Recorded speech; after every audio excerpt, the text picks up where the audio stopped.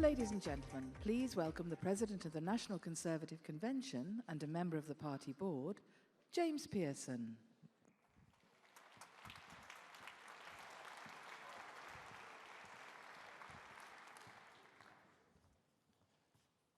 Good morning, conference. Before I start this morning's session, I'm sure you'd all like to join me in wishing the Prime Minister a very happy birthday.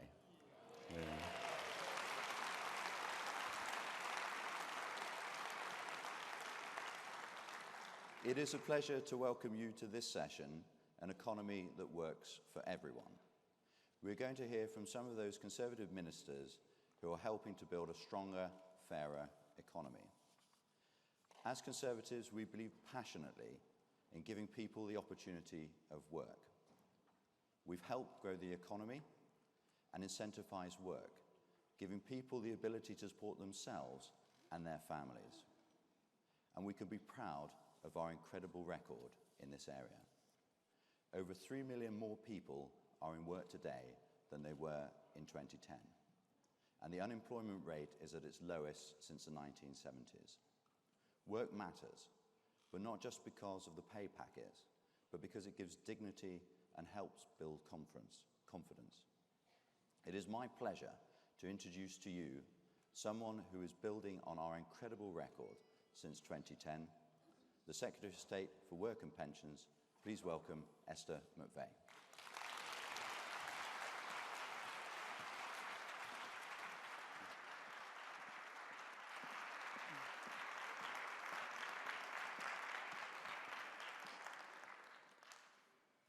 Well, hello everyone.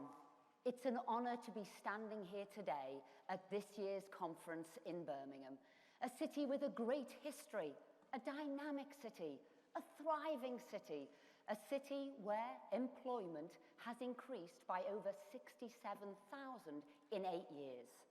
Now, I come from another great city, Liverpool, and Liverpool's riding high in the Premier League, but after last week's Labour conference, not doing so well in the political league.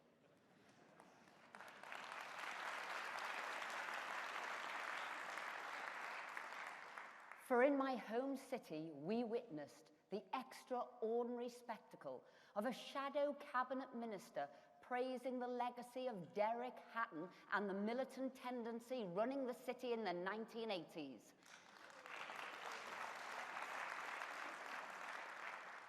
Yes, you heard it right, a member of the shadow cabinet praising a council that broke the law, fleeced the taxpayer, and brought a proud city to the brink of bankruptcy.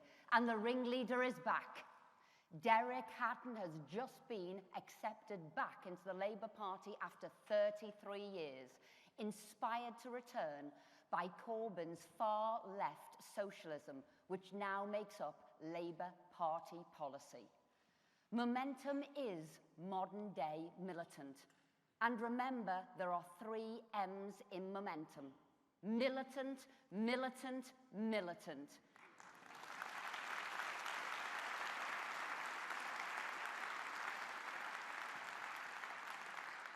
Can you imagine it? This country with Corbyn, MacDonnell and Abbott at the helm. It would be a political nightmare, with Labour doing what it always does, leaving office with higher unemployment than it inherited. Now, I became a Conservative not just because of the things we stand for, like aspiration, patriotism, freedom and responsibility, but also because of the things that I stand against. The ugly, destructive, Marxist, militant socialists of the past. And I'm here today to join you to rise up as one strong Conservative force for the good of the economy, for the sake of our country, its values and our future. For bullying and intimidation should not be allowed to drive our politics into the gutter.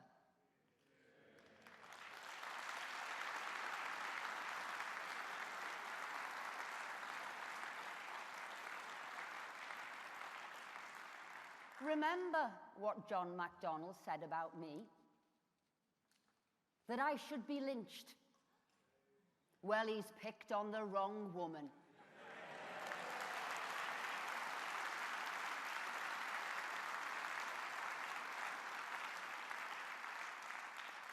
And let me tell you a bit about the department Corbyn's Labour tries to malign. The Department for Work and Pensions, which has helped over 3.3 million more people into work since 2010. And it's often lost on people just how big the department is. We spend 180 billion a year, equivalent to the whole economy of a country the size of Portugal.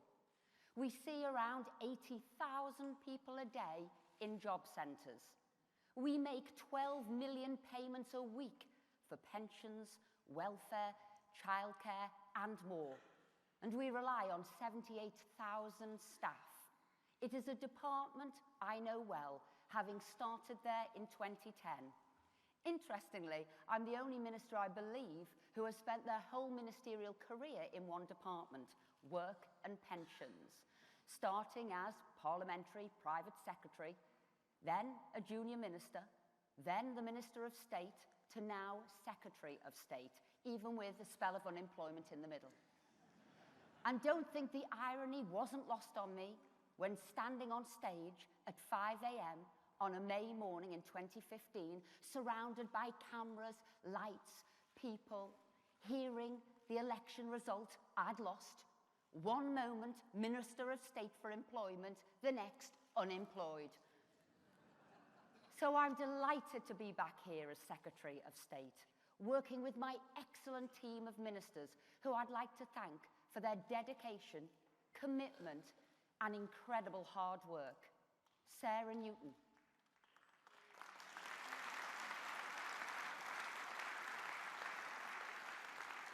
Alok Sharma.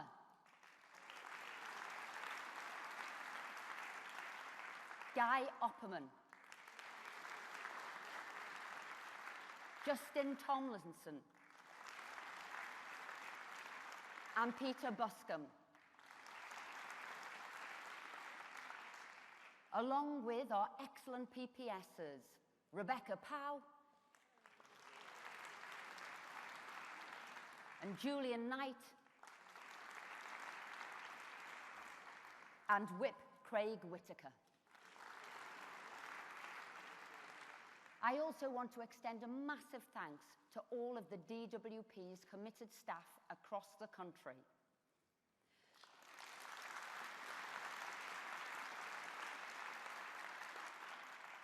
We have put the Conservative approach to welfare into practice.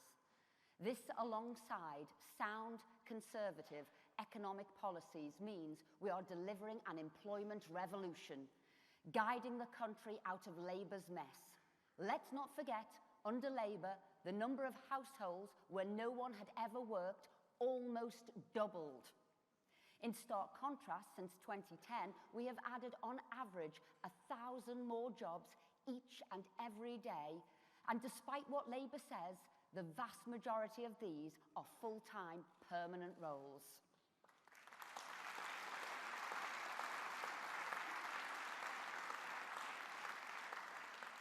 We have created more jobs, more new jobs in the UK since 2010 than France, Spain, Ireland, Netherlands, Austria, Sweden, and Norway combined.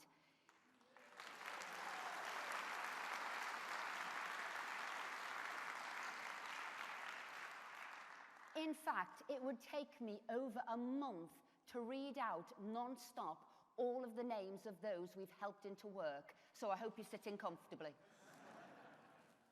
And youth unemployment has plummeted by almost 50%, whereas in Spain and Italy, it is almost 3 times higher, making us the envy of Europe.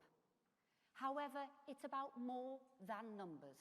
We are helping people take control of their lives, and we are transforming the country into a great working nation, prepared for a prosperous post-Brexit future.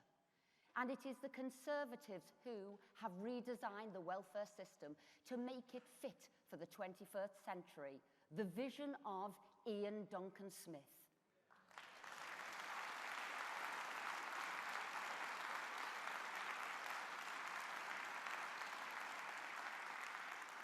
We have ditched Labour's confusing mix of benefits and tax credits. They stifled opportunities to work by creating punitive, effective tax rates of over 90%.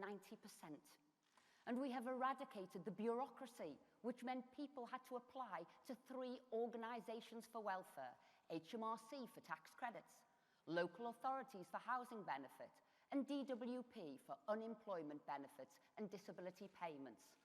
Universal credit is an up-to-date system that replaces 6 benefits with 1 monthly payment and ensures work always pays. This is why...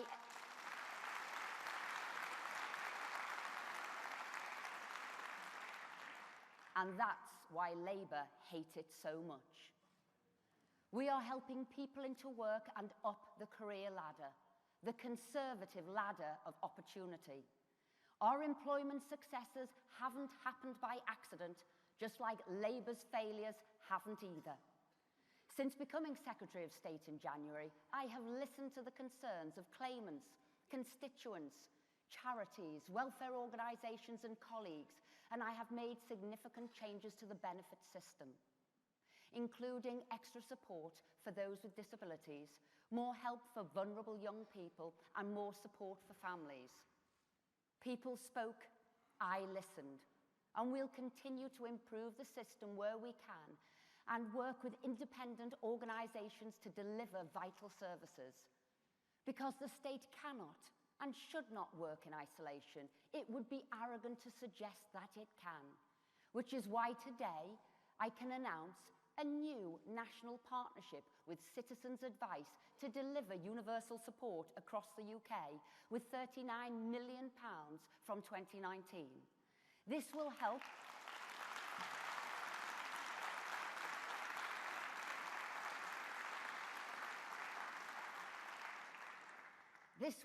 the most vulnerable get timely access to universal credit, providing budgeting advice and developing their digital skills.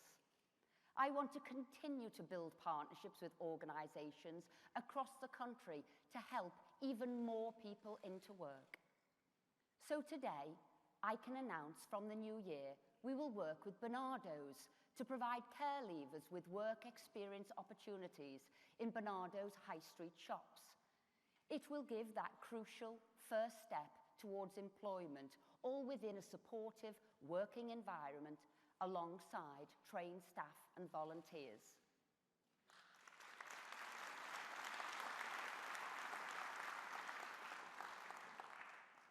Over the years, Barnardo's have transformed the lives of millions of children and families across the UK. They provide unconditional support without judgment, giving the space, time and help to people to get back on their feet. So as one of those children, and standing proud, thank you.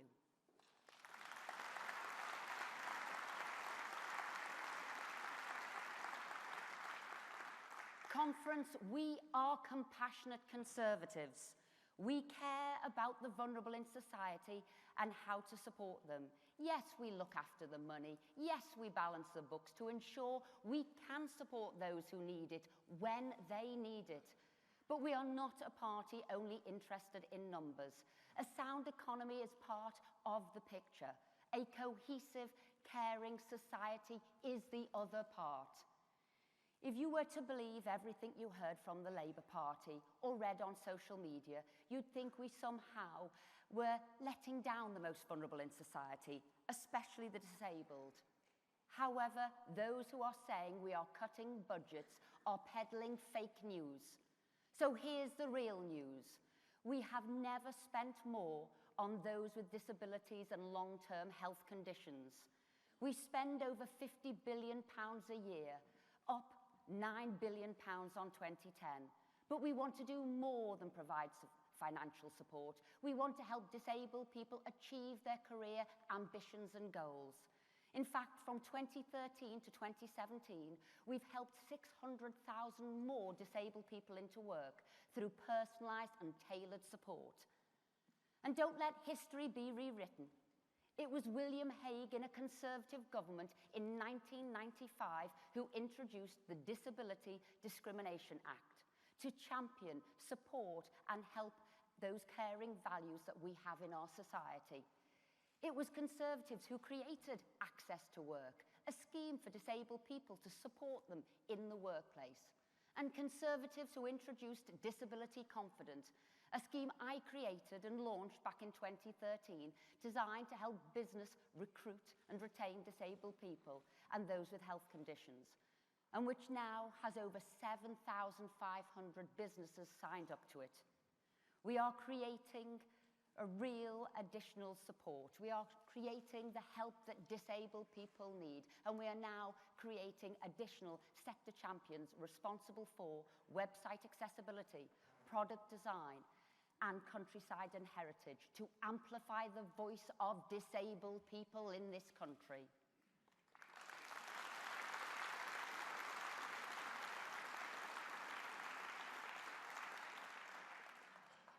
This is the Conservative approach to assisting those with disabilities. And we support pensioners who have worked their whole lives and contributed enormously to the success of this country. We are providing certainty in retirement through the state pension, which has increased by £1,450 per pensioner since 2010, in sharp contrast to the 75p increase pensioners received under Labour in 2000. Remember that? And we will continue to protect UK pensioners living in the EU post-Brexit by applying the triple lock to those as we do here. At the same time,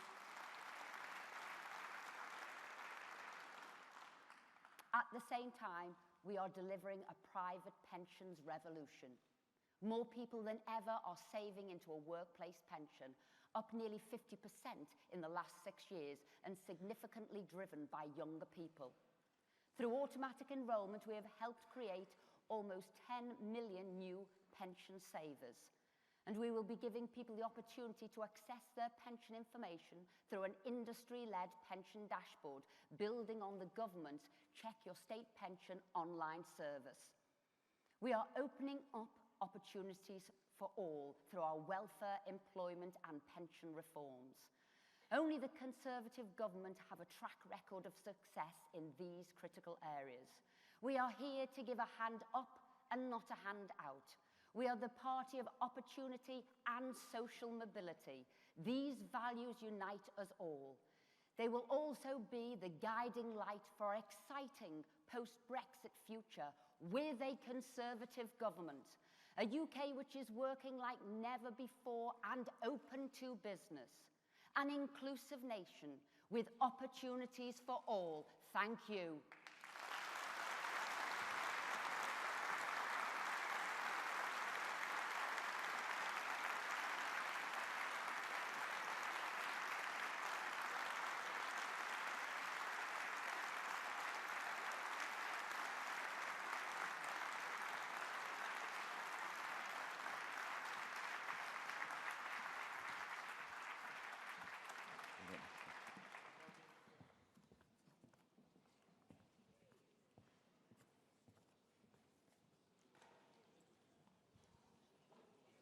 Whether you voted leave or remain in the EU referendum, we all now want to see a Brexit that works for the whole country.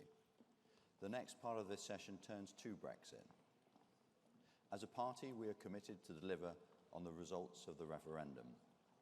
As we leave the European Union, we will forge a bold, new, positive role for the United Kingdom in the world, ready to seize the opportunities that Brexit will create. I now want to introduce our next two speakers. First, Ashley Fox MEP, who has been representing British interests in Brussels as a leader of the Conservative Party in the European Parliament. Since 2014, he has worked to ensure that the Conservative voice is being heard in Brussels. After this, we will hear from the Secretary of State for exiting the European Union. He has been helping this government deliver on the results of the referendum with our plan for Brexit. Both speakers have been instrumental in providing a positive and upbeat vision for Britain. Regardless of the negotiations, our country's best days do lie ahead. And now, I'd like to welcome to the stage Ashley Fox, MEP.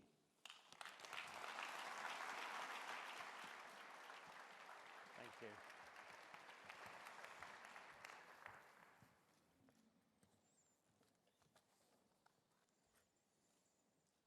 Well, good morning, ladies and gentlemen. Let me start with some good news. This is my last speech to conference.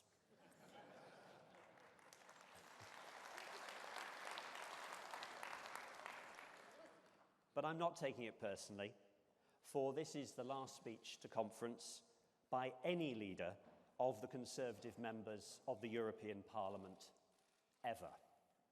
By the time we meet again, the post will be permanently vacant, as we will have left the European Union.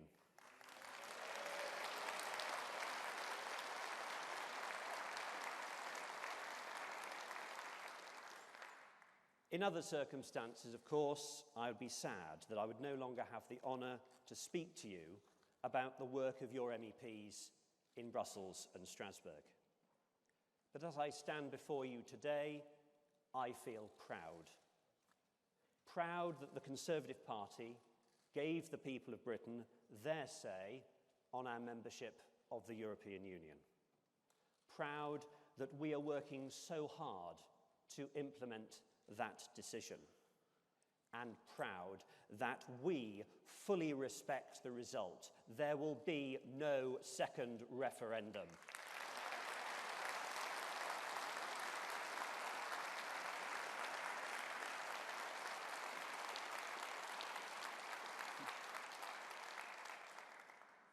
Implementing Brexit was never going to be easy. Indeed, it is because Brussels has got so involved in so many areas of national life that many voted to leave. And just as there was a spectrum of views about our membership of the EU, so there is a spectrum of views about what Brexit should look like. As the oldest and most successful political party in the world, we recognise that such a variety of opinions is not a weakness, but a strength. We are a broad party, and Europe is an issue on which good, patriotic Conservatives can disagree. It was right to allow Conservatives to campaign for both sides of the referendum, and it is right to expect party members to express different views on the implementation of Brexit. But let me tell you candidly, such debates must take place within a framework of respect and loyalty.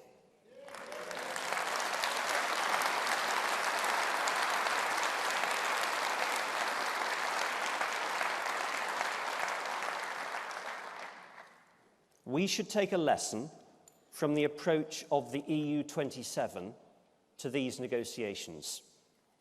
Whilst European politicians express differing opinions in private, in public they are disciplined, united and focused, and we must be the same.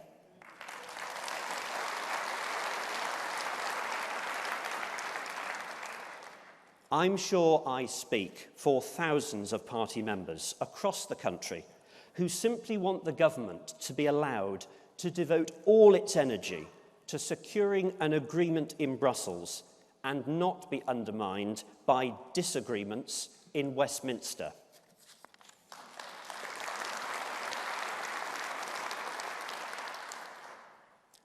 So I call on all sides, regardless of how they may have voted, to put aside their differences and to rally to the Prime Minister as we enter the final critical stage in the negotiation. It is in the vital interests of millions of hard-working men and women across the country that a good deal is done for Britain. And they will not forgive us but for exaggerating our differences and squabbling about details. They just want us to get on with it and deliver Brexit.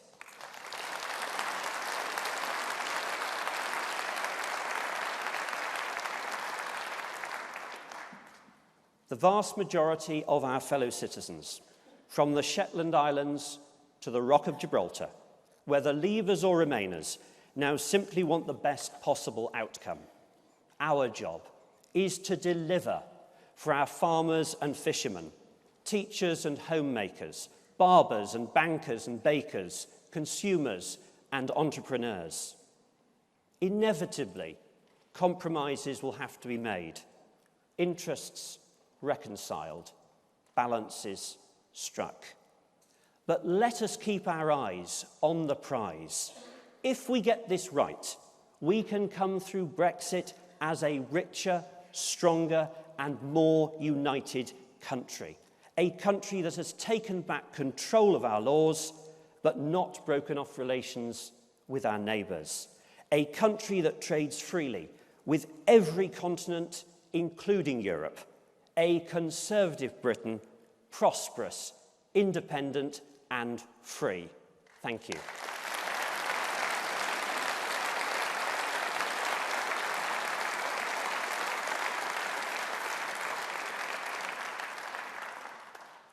And now I introduce the man who's going to deliver that prosperous, independent, and free Britain, Dominic Raab.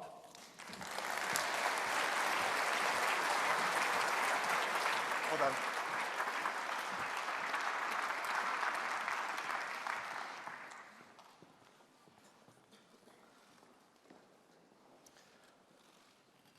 Good morning. I want to start with an appeal for tolerance. We all know that Brexit is a controversial subject. It excites strong passions. But as a party and as a country, we also need to keep a sense of proportion. Everybody had a vote. Most people have an opinion. But only a small minority think it's worth fighting over, except when they're on Twitter. It's important to remember that the person sitting next to you, on the bus into town, at your desk at work, round the breakfast table, and yes, here in this hall today, may have voted the other way to you in the referendum. That's the genius of our democracy. We express our differences at the ballot box, but afterwards we come together and respect the result. When it comes to wanting what's best for Britain, we're all on the same side. As someone who campaigned to leave, not only do I respect the opinions of those who wanted us to stay in the EU, I'd go further. I think they made some important arguments and highlighted some difficulties that some on my side were too quick to dismiss. Disentangling our laws, our institutions, our economy from Brussels after more than 40 years of EU membership was never going to be entirely straightforward or risk-free. To rise to the challenge, we'll need some unity of purpose, and I believe we're at our best when we work together to forge something bigger than the sum of our parts, as a government, as a party, and as a country. For my part, I'm lucky to have a brilliant ministerial team with Martin Callanan, Robin Walker, Suella Braverman, and Chris Eaton-Harris working tirelessly to deliver the very best Brexit we can. And the reason I accepted the Prime Minister's offer to join the Cabinet is because my approach to Brexit is pragmatic, not dogmatic. Do I think the deal we're pursuing is perfect? Of course not.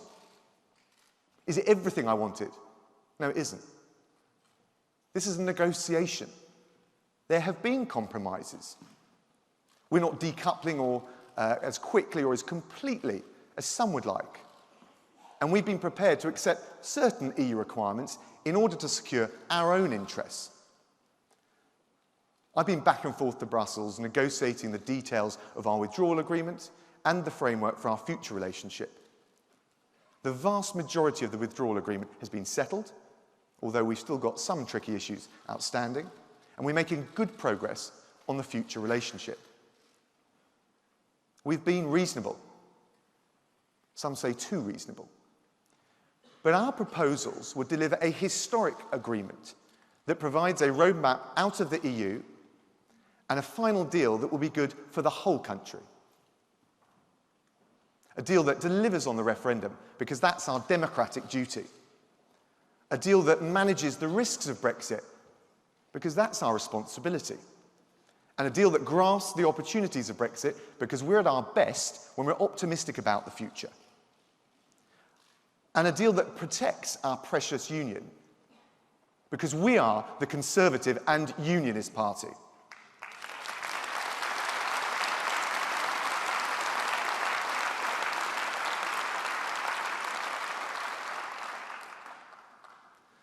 To those of my fellow Eurosceptic colleagues who think it's not good enough, I'd just say this.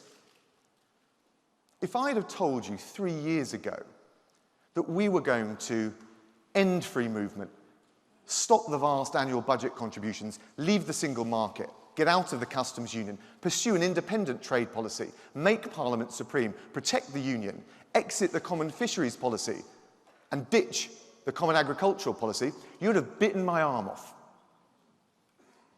If the EU match our ambition and our pragmatism, that's what our proposals will deliver. I said if the EU matches our ambition and our pragmatism. Unfortunately, that wasn't on display at Salzburg. Our Prime Minister has been constructive and respectful. In return, we heard jibes from senior leaders.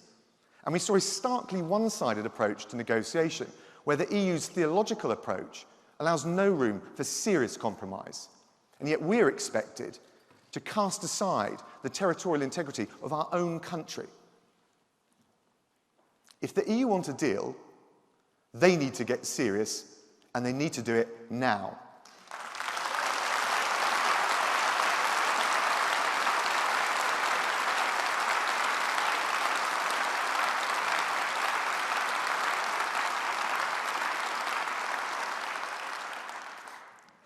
At the same time, as in any negotiation, we will listen to the alternative ways of delivering on the strategic criteria we've set out, because a good deal is the best outcome for everyone.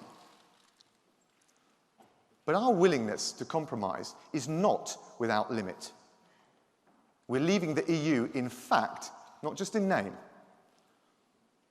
If we can't obtain a deal that secures that objective, if an attempt is made to lock us in via the back door of the EEA or the customs union, if the only offer from the EU threatens the integrity of our union, then we will be left with no choice but to leave with no deal.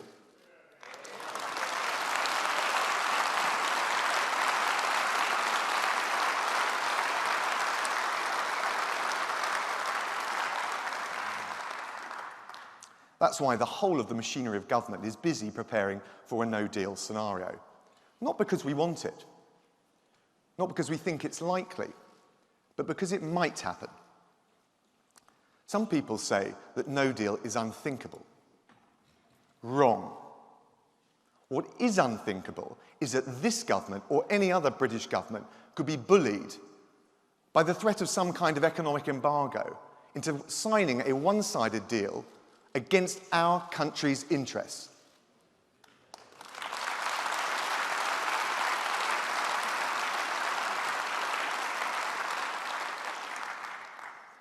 Now, when it comes to no deal, we've heard some pretty lurid predictions from the prophets of doom. They claim planes will be grounded, the ports will be blocked. Let's have some common sense here. Why on earth would any of those things happen unless someone decided to make them happen? Even if we can't secure a comprehensive deal with the EU, I have to say I find it hard to believe they would, for narrow political reasons, seek to punish Britain in such a crass and counterproductive way, threatening European as well as UK businesses and jobs. But if I'm wrong about that, it's hardly an attractive argument for those suggesting we should stay in the club.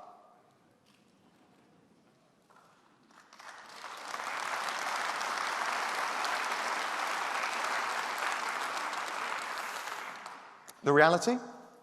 Yes, there are risks and potential short-term disruption, but we'll deal with them and any other problems that might arise in the no-deal scenario in a calm and sensible manner, as we've already started to set out with our 77 technical notices, from aviation to car insurance. But beyond all the complexities of Brexit, one thing must be sacrosanct: democracy itself.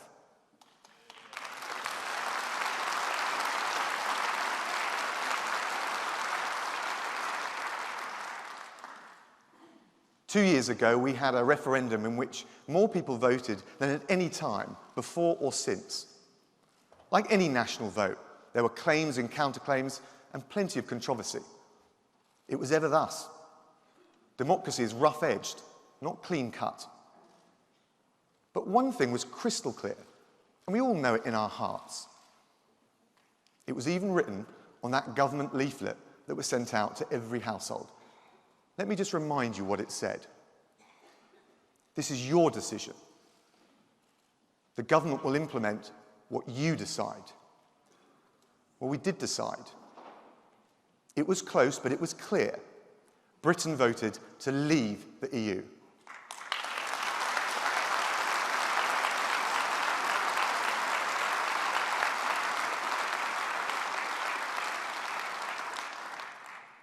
Respecting the result, that's the essence of our democracy.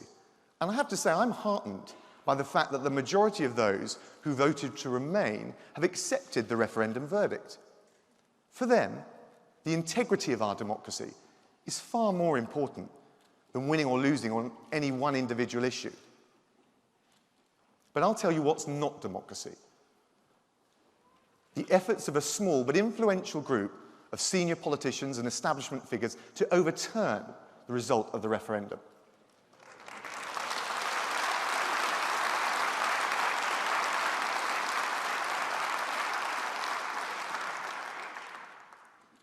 They want to stop us leaving. You can just picture them sitting in an expensive advertising agency discussing how to claim that black is white. Our research shows that the public doesn't like the idea of a second referendum. That's all right. We'll rebrand it a people's vote. They might buy that. But there's a real sense that leave one fair and square. Most people just want to get on with it. Don't worry. We'll bankroll a campaign to scare the wits out of them. Hang on. All that Project Fear stuff didn't work too well first time around. That's because it wasn't scary enough.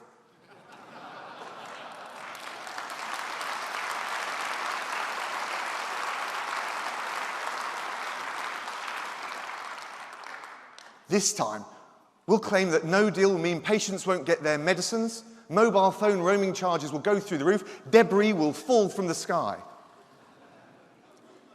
Honestly, it would be pathetic if it wasn't so dangerous. And under Jeremy Corbyn, the Labour Party has now opened the door to reversing Brexit. A clear breach of their manifesto promise, a deliberate tactic to weaken the negotiating position of the UK for their own narrow political gain.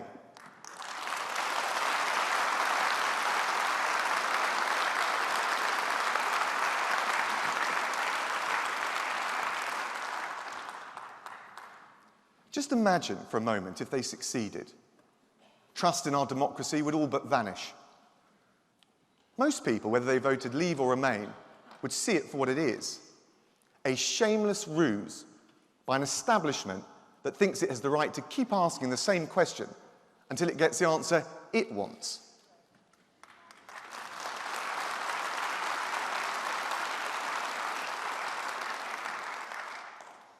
And who would benefit? If there's mass disillusionment with the system, then it's the populists, the far left, the alt-right, who will reap the reward, as they have in other countries where the establishment has ignored people's concerns, where voters have been told that their hopes and their fears are not important because the establishment knows best.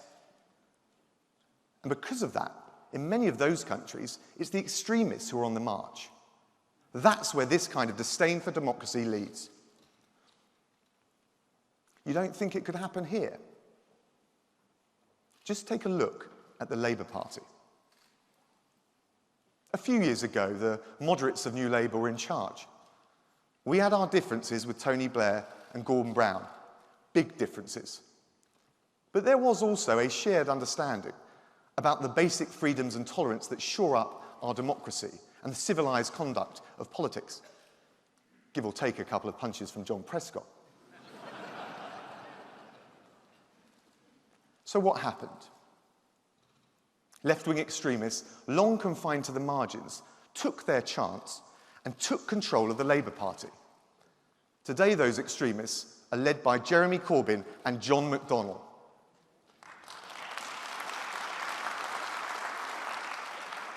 They've captured the Labour Party lock, stock and barrel. And under the nose of Labour's leaders, they're using all the tools in the extremist armoury.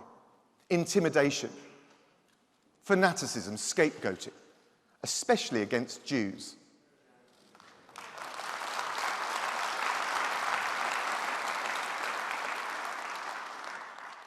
The cozying up to Holocaust deniers and terrorists, the casual equation of Jews with the Israeli government, the vicious abuse levelled at their own Jewish MPs. That a once great mainstream party should stoop so low is a stain on Britain.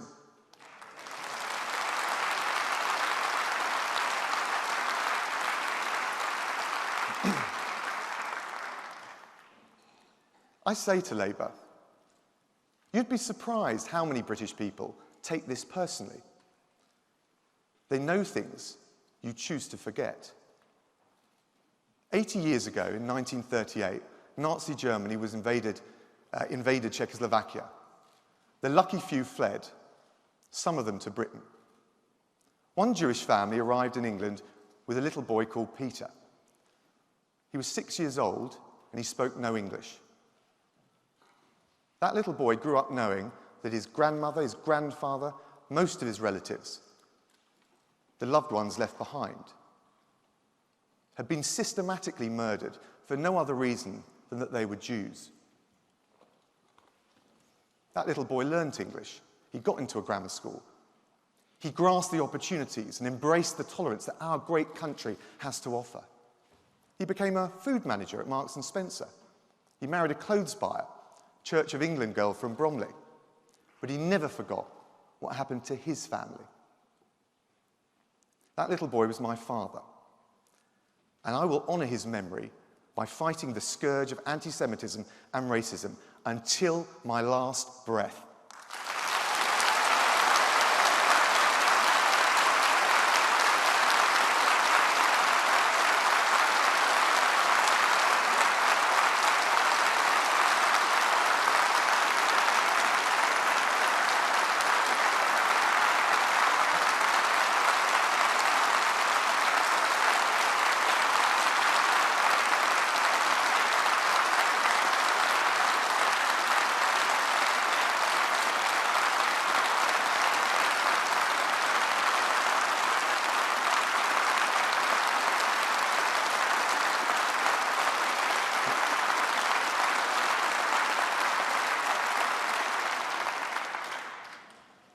Because none of us can rest until Corbyn, McDonnell and their extremist gang have been driven back to the margins, where they belong.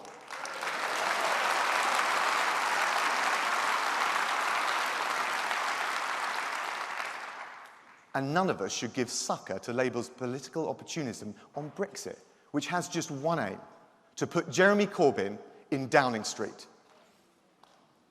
That's why we must come together over Brexit and recognise that what divides us is nothing compared to our struggle with the Labour Party. An epic struggle we must win, not just to defend people's jobs and livelihoods, but to preserve the free and tolerant democracy that we cherish in this country.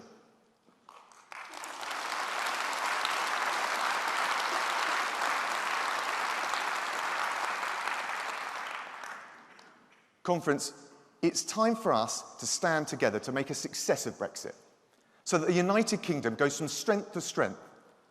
I know we can do it. I know we will do it, because I believe in the British people. I'm an optimist. Not the rose-tinted kind. I'm a stubborn optimist who believes we breathe life into hope through the tenacity of our efforts.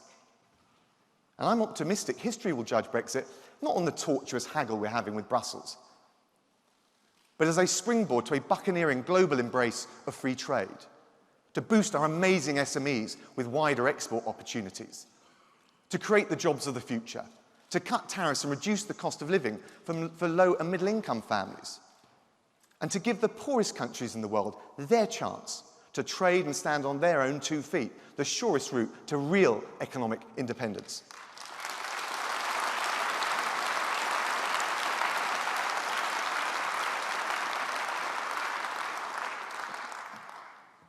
I'm optimistic because I see that Britain is a country bursting with talent. Scientific talent, creative talent, entrepreneurial talent. We have a dynamic culture that takes the best of what we've got and mixes it with bold innovations in every field of endeavour. Our strength is that we keep producing and attracting amazing people who want to contribute to something bigger than themselves, to something bigger than the sum of its parts. That's why we're delivering Brexit. Yes, to control immigration and regain public trust in the system, but also to expand our global horizons so we attract the best and the brightest from around the world, to invent the next life-saving drug, to pioneer the next breathtaking technology, to help us write the next chapter in our history.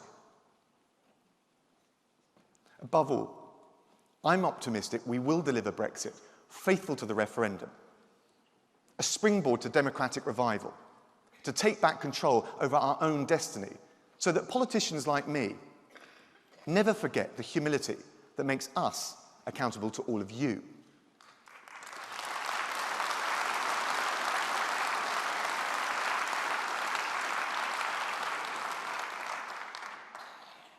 We've had our arguments, but now is the time to put them behind us.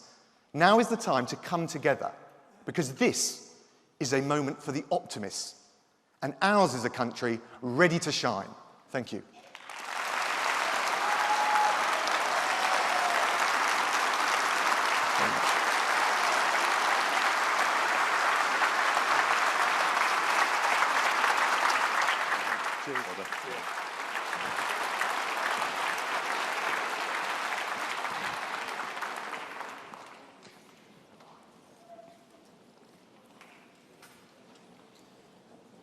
Comments. As a party, it is really important that we hear from our party members. This year, we, your senior volunteers elected by you, have lobbied hard to ensure that there are as many opportunities as possible for members to ask questions and to speak. I'm delighted that this year we have more contribution slots available to party members.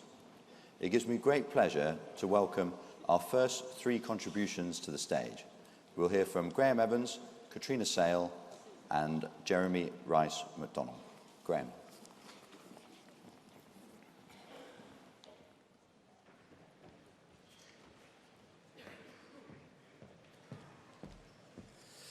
Thank you. Good morning, conference. I'm Graham Evans from Weaver Vale.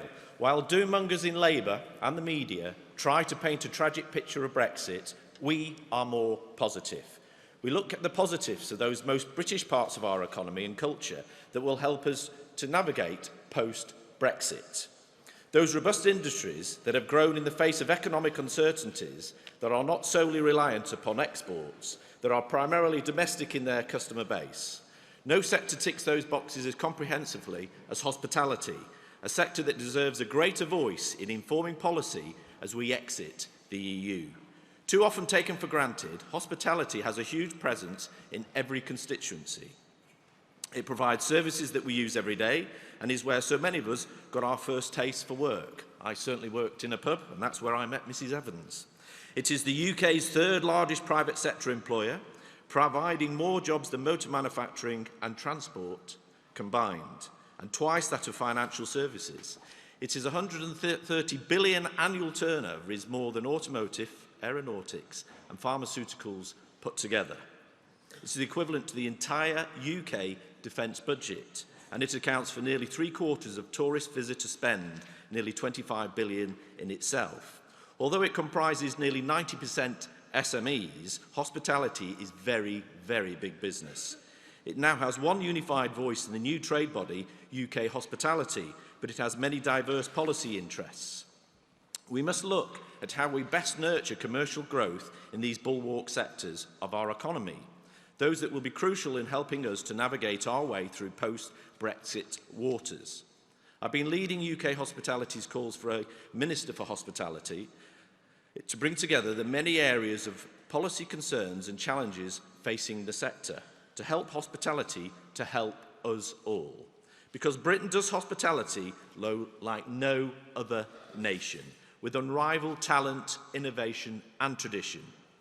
As we leave the EU and carve our new place for Britain in the world, hospitality has the economic might that can be crucial to our fortunes.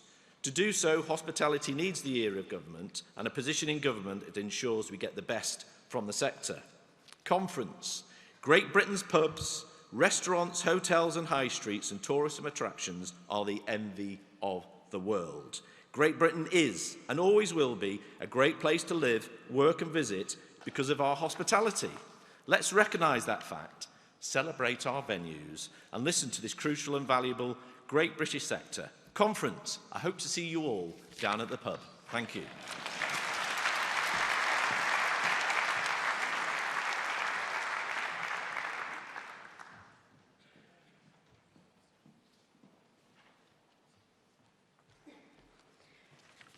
Good morning, Conference. Today, I want to talk to you about what the Conservative Party could gain from offering more support to entrepreneurs. I've been an entrepreneur for about 4 years now, and I made the choice to leave a stable salary and a pension scheme and everything that comes with it, because I believed that through creativity, innovation, and determination, I could change the world. And I am in great company. In the UK, we start over 2,500 new businesses every single day. Our entrepreneurs are solving global issues, attracting external investment, and creating jobs across the UK. So what can the Tory party achieve through supporting British entrepreneurs? Firstly, it sends a clear message of optimism and belief in the people. We are the party that says the individual is better placed to improve the world than big government and empowers them to achieve this through greater control of their finances and their futures. Generation Z and the millennials particularly resonate with individuality and self-realization, and many of them, us, have started new businesses and embraced entrepreneurship as an alternative to a traditional career. However, even though these values are so closely aligned with ours, we are not yet winning the battle for young hearts and minds. How can this be? The second benefit of supporting entrepreneurship and putting it at the centre of our domestic agenda is that it will align our values with theirs and restore a generation's faith in our party.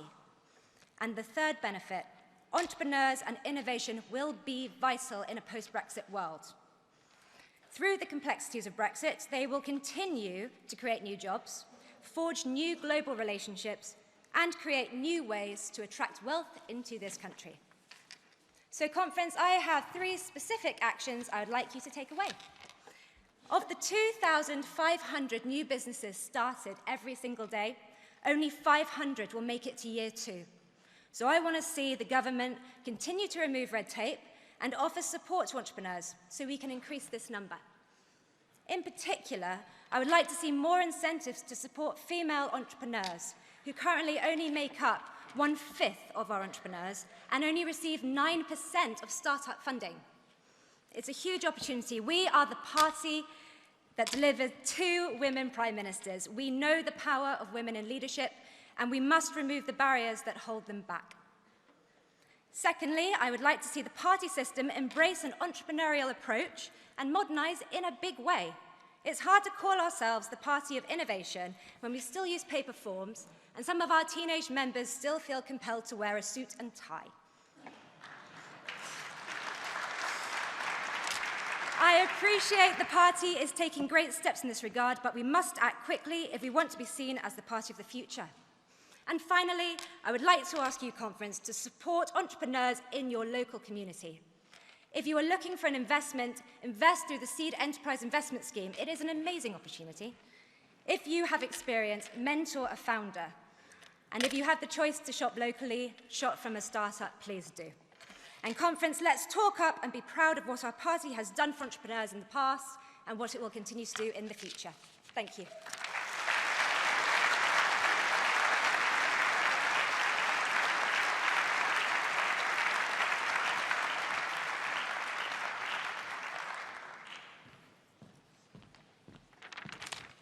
Conference, thank you for the opportunity to speak about opportunities for all today. As you can see, we've had the hall specially decorated for this speech and no magnetic letters today. I'm a councillor for Trossachs and Teeth. It's a beautiful ward in Stirling. My background is invention and retail, an eclectic mix, but problem-solving sales and customer service skills are ironically exactly what a politician needs. This is the party of opportunity and helping people maximise their full potential. But the search for work is not always easy. I found this recently when trying to find a nighttime shelf stocking role that balanced with my council duties. But my challenge is nothing. If you have a disability, visible, invisible, mental or physical, if someone relies on you for their care needs, you have had traumatic experiences in the military, or you have been in care and aren't fully equipped for work, the challenges are massive. The excellent Disability Confidence Scheme gets employers to employ and actively support disabled colleagues, but we can go further. My solution is the Work Abilities Portal, a digital database that is free, national, updated by specialist charities and organisations that understand these challenges best. With useful information, case studies, tools and examples of best practice, a resource for employers and employees to reduce the unhelpful Google searches and increase understanding and support. This would not only benefit employees, but employers as well, through more engagement and productive employees. I would also like to have advice to not only get employees into work, but to support them while they're there and guide them to higher career pathways. I think developing everyone, leaving no one behind, or just simply ticking a box. Similar systems do exist, but they're expensive, underused, and the information is inconsistent. So where am I with this concept? Well, I've talked to many charities and politicians and now have a charter that they can sign to document the support I've received. I'm now in the how on earth do I do this phase, and I'm exploring working with the government, setting up a social enterprise, but regardless, I'm determined this resource will be there for all, to make sure everyone is valued, enabled, and never left behind. WAP will be free, accurate, positive, and will supercharge the government's Disability Confidence Scheme. Employers supporting their employees' challenges must be the norm, not the exception, so we can truly offer opportunity for all. Thank you.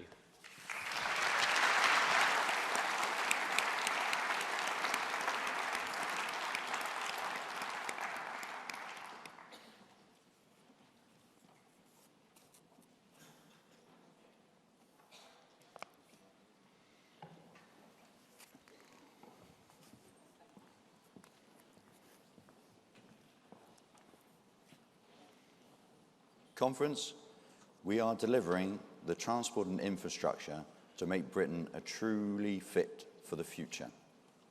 Overall, it has improved significantly in the last decade. Further improving our transport network is at the heart of the plan for continuing to grow the economy and boost productivity. From my own experience in both local government and in industry, I can tell you how important this is. Making sure that we help businesses across the country deliver better, higher-paying jobs. Because our roads, rail and air networks are at the heart of our economy. We have seen the biggest railway modernisation programme since the Victorian times, and the largest road building programme since the 1970s, and some of the most significant infrastructure projects in Europe. This is in no small part to the hard work of an excellent Conservative Secretary of State, who has served with distinction across a number of challenging government briefs before taking up his current role in 2016. I'm delighted to introduce to you the Secretary of State for Transport, Chris Grayling.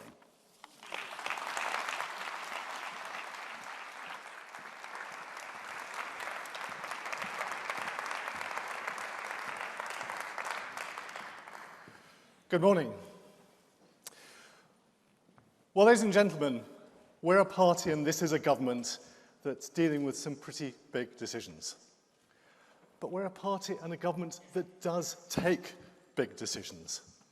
And you know, we're a party and a government that is doing things that others have run away from for decades.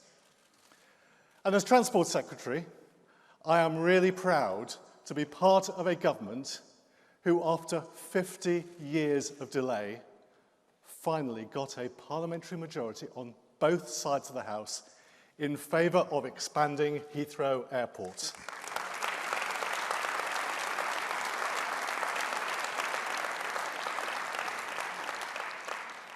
It's a no-brainer, really. Our flagship airport's full. There are airlines queuing up to fly from it. There are cities all around the United Kingdom which need to be better connected to the outside world. And of course, we've got some great airport success stories. Manchester, Belfast, Leeds Bradford, Newcastle, Edinburgh, Glasgow, Cardiff, and of course just down the road here in Birmingham. But we really do need a strong hub airport to succeed. And the vote in Parliament, with a majority of nearly 300, has set us on the path to delivering that expanded Heathrow. But beyond Heathrow, it's not just about expanding Heathrow, we've also given our regional airports freedom to expand as well. And so we've got some great regional airports. And today, I can announce our recommitment to one of those airports, Newquay. Those of you who live down there know how important it is to the economy of the South West.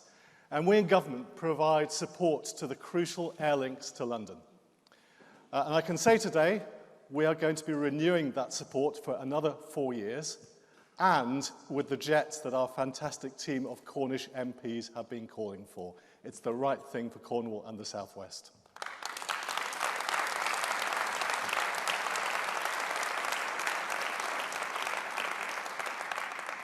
And while we're on the subject of teams, let me say a word of thanks to mine, sitting down in the front row. My ministers, Jo Johnson, Liz Sugg, Jessie Norman, and I think a particular pat on the back for the first female Muslim government minister in the Commons, Nuz Ghani.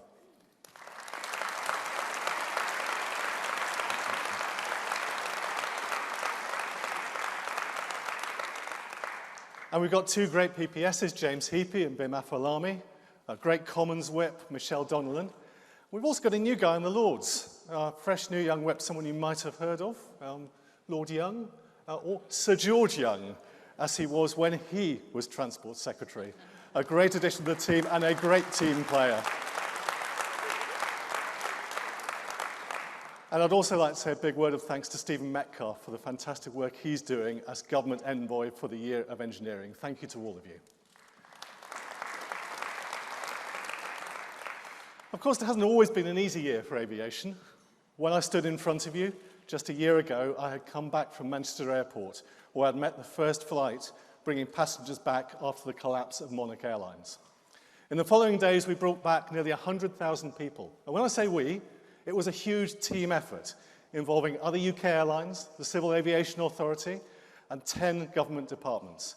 Everyone working together to get people home, and I'm proud of that swift response. It was a tribute to what this country can do in times of change.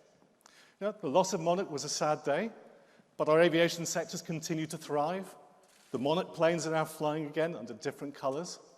The slots at the airports were snapped up quickly.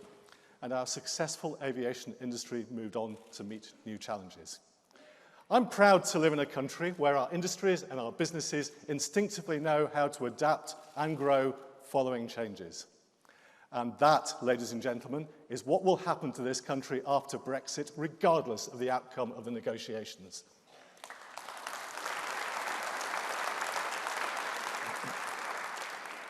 And just a word to those who say Brexit will mean the planes stop flying.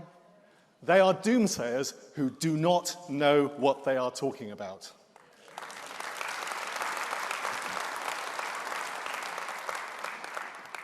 So, ladies and gentlemen, whilst our aviation sectors had a strong year, the same cannot be said of our railways.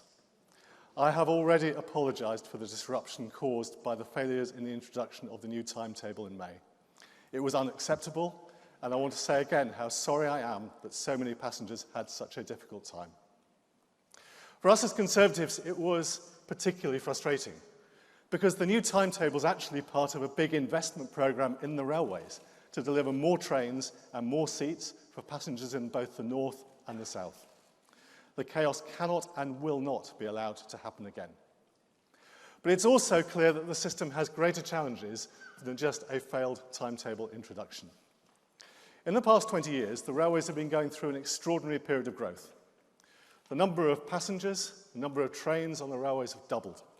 The trains are packed, the network's creaking. Passengers experience too many things going wrong. And we need to look after them when that happens, which is why today I can announce we're going to take a further step forward on compensation and introduce one-click compensation for delays and disruption, making it easier for people to claim compensation when they deserve to receive it.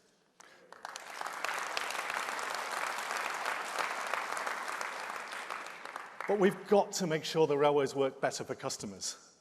As I say, it's frustrating for us because as Conservatives in government, we're spending more on rail than any government in modern times. New trains all over the country, upgraded tracks, new routes across the north and the south and the Midlands, and indeed, actually, after a decade under Labour, when things stood still, leaving us much ground to catch up. Do you know, we hear about the north from them. They let a Northern Rail franchise with absolutely no investment in it at all. That's Labour and the north. What do? We let a Northern Rail franchise, which is replacing and refurbishing every single train across the whole of the north of England. That's what Conservatives deliver in government. Labour fail, Conservatives deliver.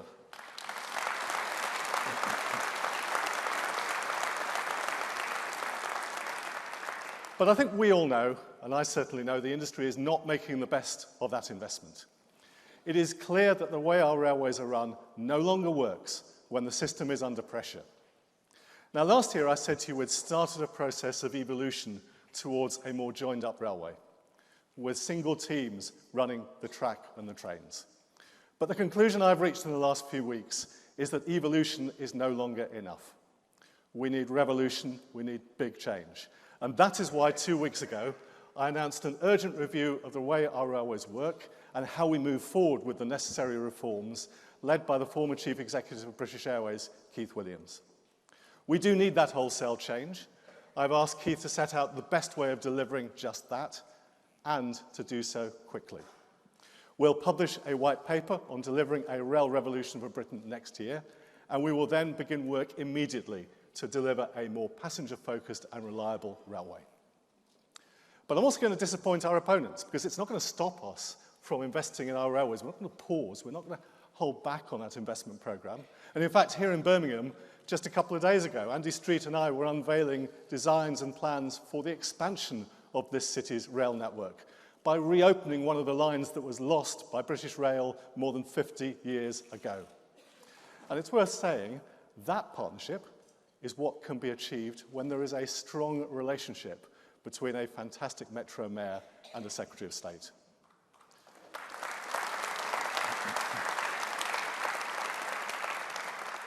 Andy's actually doing a fantastic job for Birmingham. It's great to work alongside him. And actually, yesterday we did another visit together, down to see the first piece of construction on the site of the new HS2 station. The work on HS2 has already begun. It's already helping regenerate part of Birmingham. It's already employing 6,000 people. And when it's finished, HS2 will ease pressure on our overcrowded rail network. It will help us tackle that rail challenge.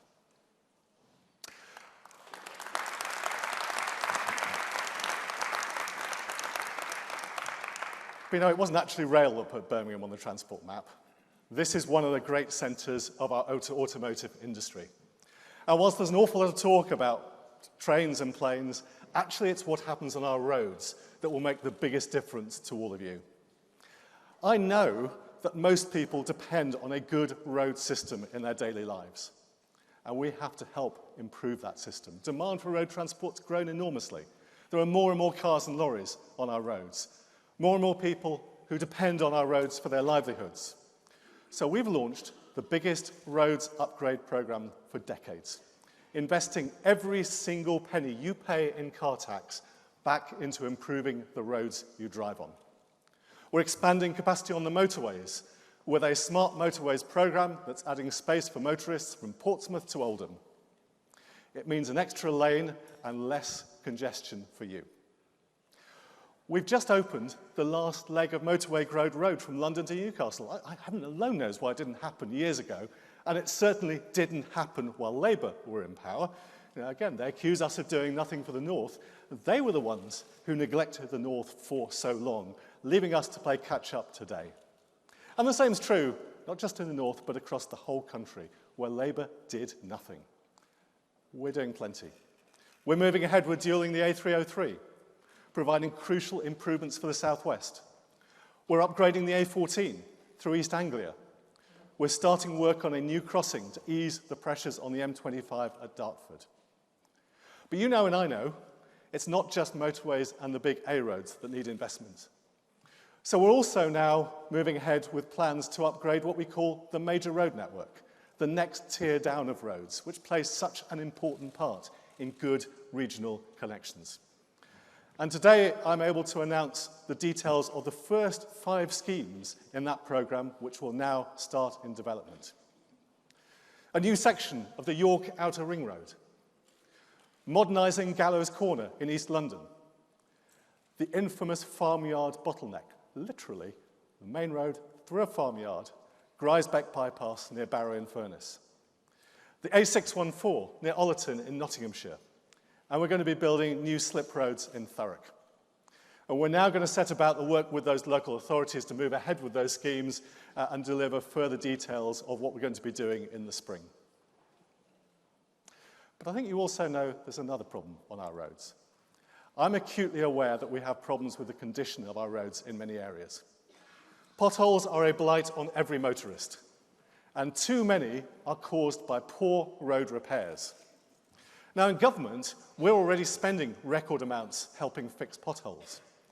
But I intend to move ahead with further measures this autumn to tackle this blight of poor repairs and potholes and continuous damage on our roads. We have got to deal with this issue, and we've got to deal with it properly, and we've got to improve things for motorists.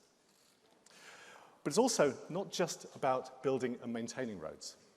There's a revolution coming in the way we use those roads. Low-emission cars, driverless vehicles, smart data that improves the way we plan journeys. 3 weeks ago, in this very conference centre, we held the first international zero-emission vehicle summit, attracting visitors from around the world, as well as great UK innovators. You know, making the transition to a new generation of ultra-low and zero-emission vehicles is one of the most important challenges of our time. We have to face up to the challenge of climate change, particularly when road transport is one of the biggest contributors to it. We've got to improve air quality in our cities. The health of our citizens depends upon it. That's why we're committed to ending the sale of new diesel and petrol cars by 2040, and to make rapid progress towards greener vehicles now. But there's one thing I also want to be clear about, particularly here in the West Midlands. Newer diesel cars today are cleaner than ever before, and of course, there will be a role for diesel for many years to come as new technology evolves. But actually, if you're a motorist driving just in and around our major towns and cities, you're much better off today looking to an electric or ultra-low emission vehicle to become the obvious choice for you. And thanks to what we're doing, thanks to the work of this Conservative government, motorists are already buying in to that need for change. Do you know in August, 1 in 12 of the new cars sold in this country were ultra-low emission vehicles, and that number is going to rise and rise. And we will continue to do everything we can to support that transition, supporting research into new battery technology at the Faraday Centre, incentivizing buyers of low-emission vehicles, cars, buses and vans. All of this is one of the great challenges for our generation, and it's one we will make sure that we meet. But you know, it's more than an electric revolution. We're now rapidly approaching the era of the driverless car. Well, I expect all of you know from your own cars. Every new model launched today seems to do more and more for itself. I expect the first truly driverless car to be on our roads within 3 or 4 years. And it is going to transform people's lives, particularly the elderly and the disabled, for whom there'll suddenly be far more opportunities to be mobile. It'll change the way we use cars in our big towns and cities. And the technology will also play a part in helping deliver much better public transport. But I don't need to say this to a room of Conservatives. It's not just about our cities. I'm only too well aware of the need to improve public transport in our rural areas and smaller towns. And we're already seeing some exciting new developments, signs of change that can actually help us meet that very real challenge. New bus services, for example, starting that respond just to a click on your mobile phone. They don't just follow a set route, they are flexible to meet the needs of local communities. And of course, new types of vehicle will help. Those autonomous vehicles, large and small, like the driverless pods being developed by the great firm Westfield here in the West Midlands. This is a revolution that is truly going to transform lives and transform the way that we travel around our towns, our cities, and our countrysides. And ladies and gentlemen, we are a government that will drive real change for the travelling public, and also not forgetting those who ship freight around the country. We're going to deliver more capacity, greener journeys, smart use of technology. We're going to support our flourishing shipping industry and ports. We're going to spend money supporting new cycle routes in our cities. We're doing all of that already. And above all, what we're doing is we are investing in transport in a way that Labour never did. It's always the same, they always promise the earth. They're doing it again now, they did it last week in Liverpool. But in government, they deliver very little. Conservatives are not like that. The transport investments we're making will be essential to our country in the post-Brexit world. If we are to be a dynamic entrepreneurial country, if we're to be a truly global Britain, we need the roads, the railways, the ports and the airports to support that. There's much to do. There are problems to solve, but we will deliver for Britain. Now, ladies and gentlemen, let me say a word about Brexit.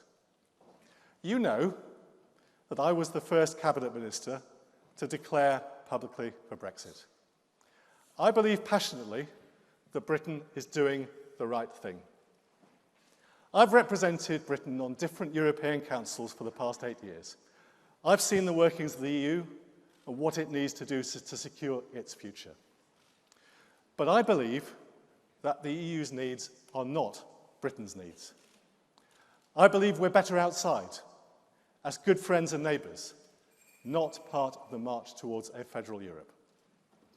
So no one should doubt my Brexit credentials. We are doing the right thing. But so is our Prime Minister.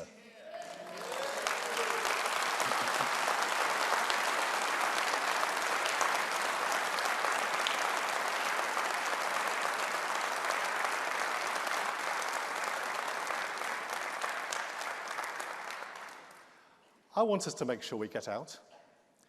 I want us to be in charge of our own destiny.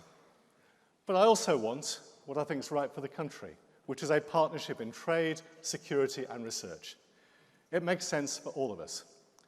I hope and believe we can agree that partnership. And yes, we are making preparations in case we cannot. We're planning for all eventualities right across our transport system, and we have been for months and months and months. I know that under Theresa May, this country will not accept a deal that's bad for Britain, or one that is bad for the Union, that is the United Kingdom. We know that. So, ladies and gentlemen, that is why I am backing, that is why we should all back our Prime Minister.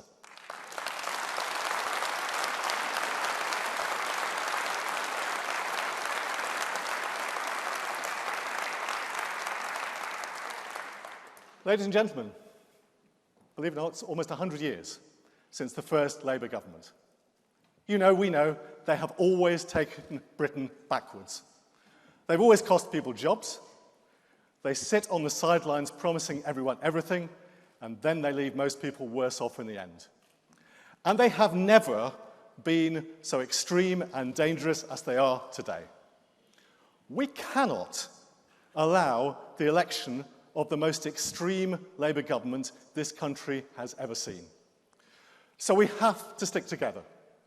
We have to unite to deliver Brexit. And then we have to take the battle to a group of Marxists who would wreck this country for decades.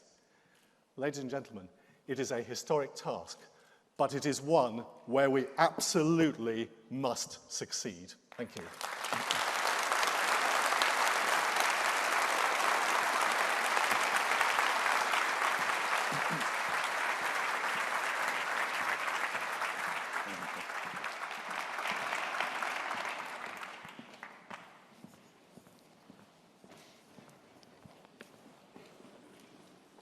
Conference, we are now going to hear from our second round of contributors. It gives me great pleasure to welcome to the stage Tim Law, Siobhan Bailey and Johnny Luck.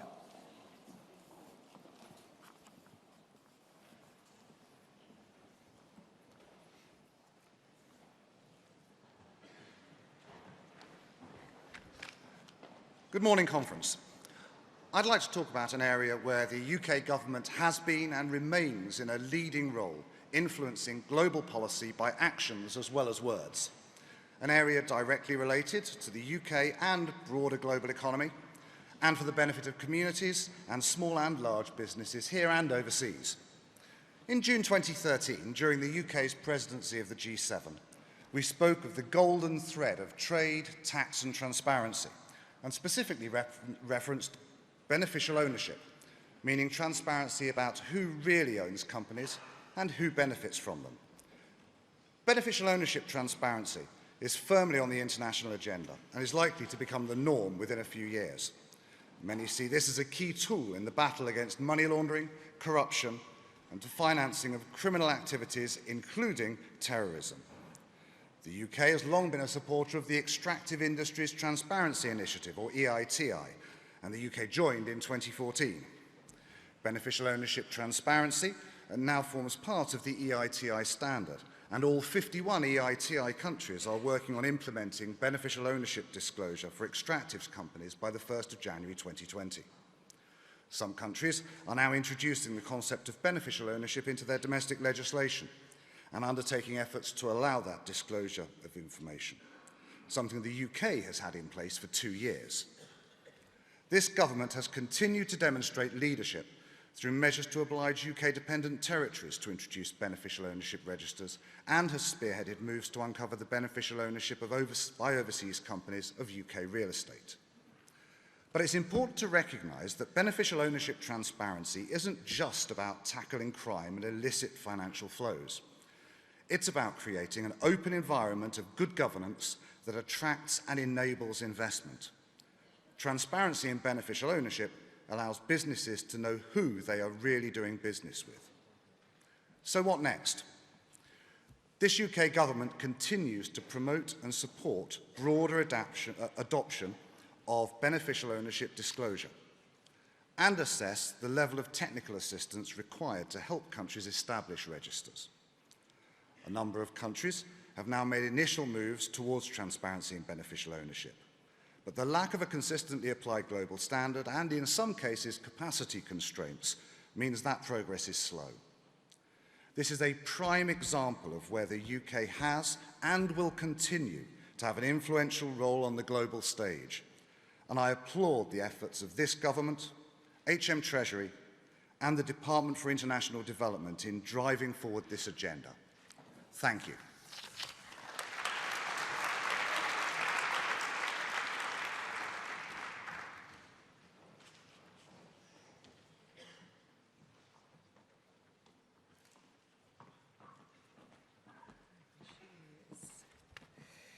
Conference. We must be confident in our conservative principles and values. It is our approach to the economy based on those principles and values that has allowed us to reduce the deficit by 3/4, cut employment to the lowest level since the 70s, increase exports of British goods, and see the number of businesses rise by 1.2 million. But we must not be deaf to the real issues that many people face. For some families, a successful economy may feel like something happening to others, something they hear about on the telly. I have worked with enough families during my time as a family lawyer to know that financial pressures at home damage relationships. They reduce the ability to look up, hope, and dream. So in Stroud, I kicked off my candidacy talking to people about their finances and cost of living, not the macro stuff. I want people in my constituency in the country to know that the Conservatives are always listening, and we want families to thrive. We believe that their money is better off in their pocket to spend as they wish. And we have them in mind when we are creating millions of full-time jobs, cutting income tax for 31 million people, freezing fuel duty so journeys are cheaper, and cutting stamp duty for first-time buyers. There's many more successes, but there's also much more to do. And to Labour. I say that your failed dogmatic socialism did not hold the answers in the past, and it certainly does not hold the answers for the future.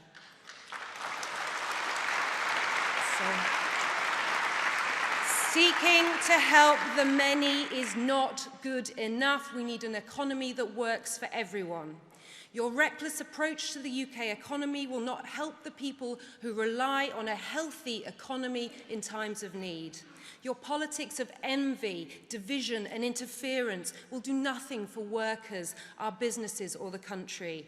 But most of all, I say to Labour, success is not a dirty word. The Conservatives are the party for aspiration. The I nearly had an exotic expression. The Conservatives are the party of opportunity. The Conservatives are the party for low taxes. And the Conservatives are the party for jobs. We must be confident in our principles and values, as only the Conservatives can deliver an economy that works for everyone. Thank you.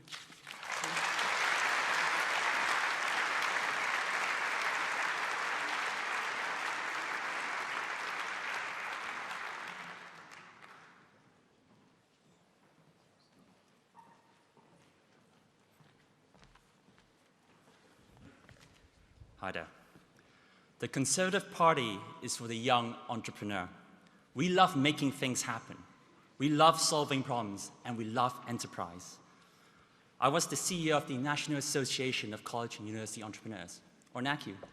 This is a network of enterprise societies across 260 educational institutions in the UK, representing thousands of mainstream, highly passionate young people that love business and creating value. You see, the left, through the National Union students, puts pressure for young people to be exposed to one view, while they don't have it their own way. NACU has shown that it's possible to build a national coalition of mainstream young people that care about free market principles, as well as develop the practical skills and grit you need in life. Through these enterprise societies, we've helped improve test scores by giving context to why people should learn maths and English through selling products in market stalls. We've also helped founders with funding, networks, and mentoring to launch companies that have grown enormously since, such as Inspire Me Korea, a UK-based global subscription box company, or Bon Petit, the maid.com for fashion. They are creating UK jobs, innovation, and investment. That's the kind of entrepreneurial spirit that should give us hope and give them a home with us. There's an army of like-minded, optimistic problem solvers out there. And by continuing to foster these groups, they will become our natural supporters, because only we truly appreciate their talent and their contribution to our great country. Thank you.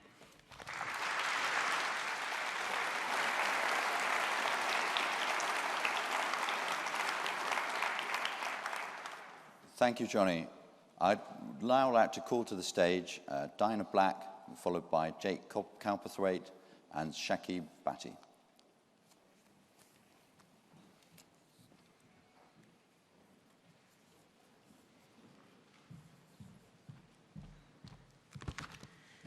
Dear friends and colleagues, I would like to address this conference by drawing attention to the gender pay gap. Closing the pay gap would bring important economic benefits. McKinsey estimates that the UK economy would gain an extra 150 billion by 2025 by closing the gender pay gap. Government Equalities Office estimates that equalising participation rates would add 10% to the size of the UK economy by 2030. There are many causes of the gender pay gap. They include unequally shared caring responsibilities, a divided labour market, and unconscious bias. There are more men at the top than women. The Conservative government has taken positive steps to tackle this problem. Recent programmes encouraging girls to take STEM subjects are effective, but it will take longer time to see their full impact. The important area which still needs addressing is childcare. As a mother of 4 children, I know from my own experience how expensive childcare is. Government's policy, which provides free childcare to 3- and 4-year-olds, is a step in the right direction. But we need to take it further by extending childcare provision and funding places for all preschool children, not just 3- and 4-year-olds. Ideally, we need it to cover 38 hours a week.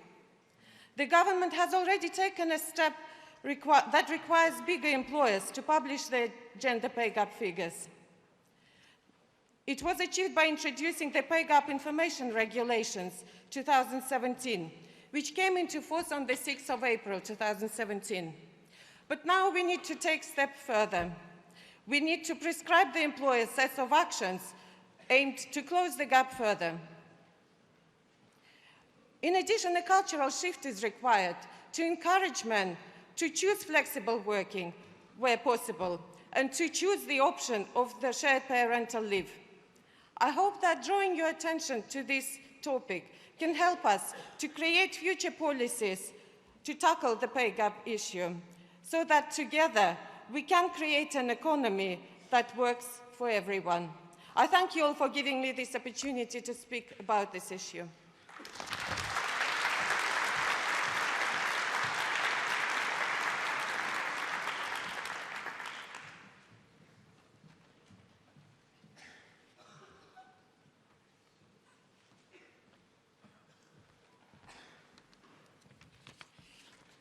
In a civilized society, the economy has to work for everyone, otherwise it will work for no one. Providing people with the opportunities that they seek and enabling them to fulfill their aspirations are the defining features of an economy that works in the national interest. As Conservatives, we understand that when it goes right, everyone benefits. And when it goes wrong, no one benefits. Statistics alone will never tell you the full story, because economics is much more about people than it's about numerical figures. There are 3 million more people in work since 2010, bringing the total UK workforce to 32.6 million people. But what does that mean? There are 3 million more people returning home with a pay package due at the end of the month. It's 3 million more people who have the satisfaction and fulfilment of having done a day's work instead of spending a day looking for work. And 9 out of 10 children now live in a home where one or both parents are working, illustrating a good example of how you should live your life. Supporting hard-working people has always been the primary mission for this government, and that's why over 25 million working people have received a typical tax reduction of £800 annually. That's why we have enacted a national living wage of £7.50 an hour, and those people working tirelessly at full time on minimum pay have seen their tax bill halved. These reforms have delivered real positive change to people's lives. But for an economy that works in the national interest, it's also about tackling the divide between generations. That's why we have to draw attention to the fact that since 2010, youth unemployment has fallen by 48%. Young people, like myself, now have greater reassurance that when completing a university degree or an apprenticeship or a college course, they are going to have a realistic prospect of finding suitable employment. Our pension reforms have seen 50% more people enrolled in the workplace pension scheme since 2012, saving to guarantee their dignity and security of well-being in later life. We have also empowered the regulator to monitor more effectively against the mismanagement of pension funds, which risks leaving people in immense difficulty when they retire. Our Help to Buy initiative has assisted 420,000 people in fulfilling their ambition of home ownership, and it will continue to help many more. And due to the creation of a more favourable business environment through measures such as business rates relief and repealing the bureaucratic regulations that hinder firms, we've supported the start-up of 55,000 new businesses since 2010, making Great Britain a country that rewards entrepreneurial spirit. These achievements have contributed towards an economy that works for everyone. There is still progress to be made, but we are going in the right direction, and the right destination is certainly in sight for Great Britain. Thank you.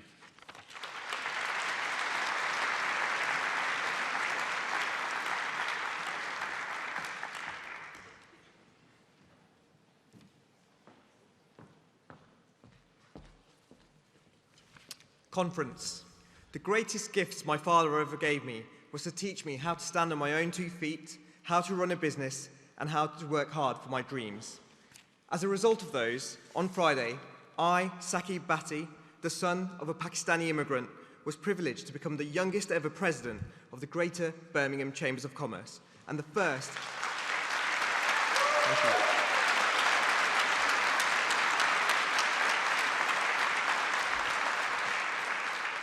And the first of Pakistani Muslim heritage in their 205-year history.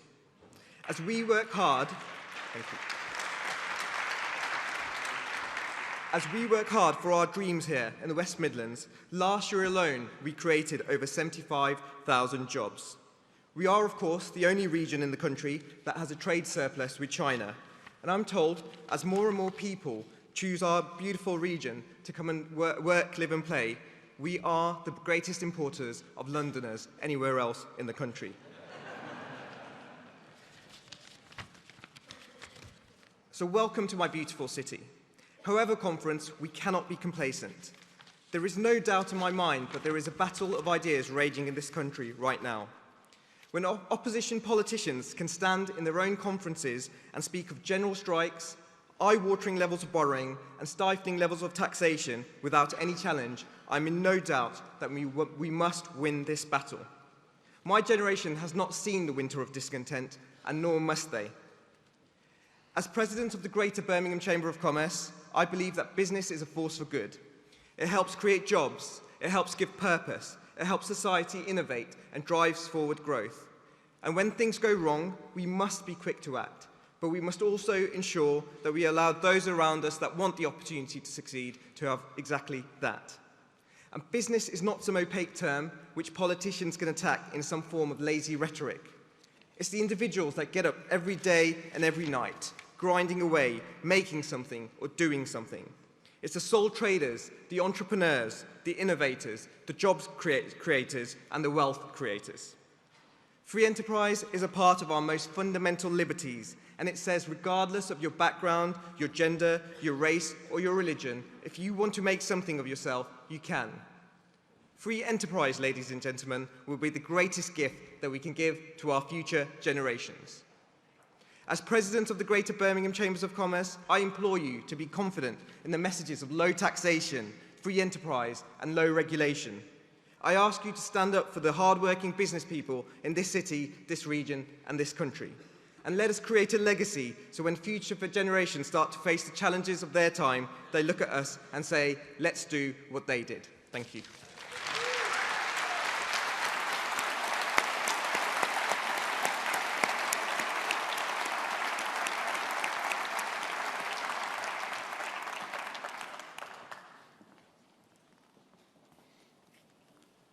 Conference, we are now going to try to do something a bit different. Greg Clark, the Secretary of State for Business, Energy, Industry Strategy, is currently at the Manufacturing Technology Centre in Coventry. We are now going to join him via satellite link.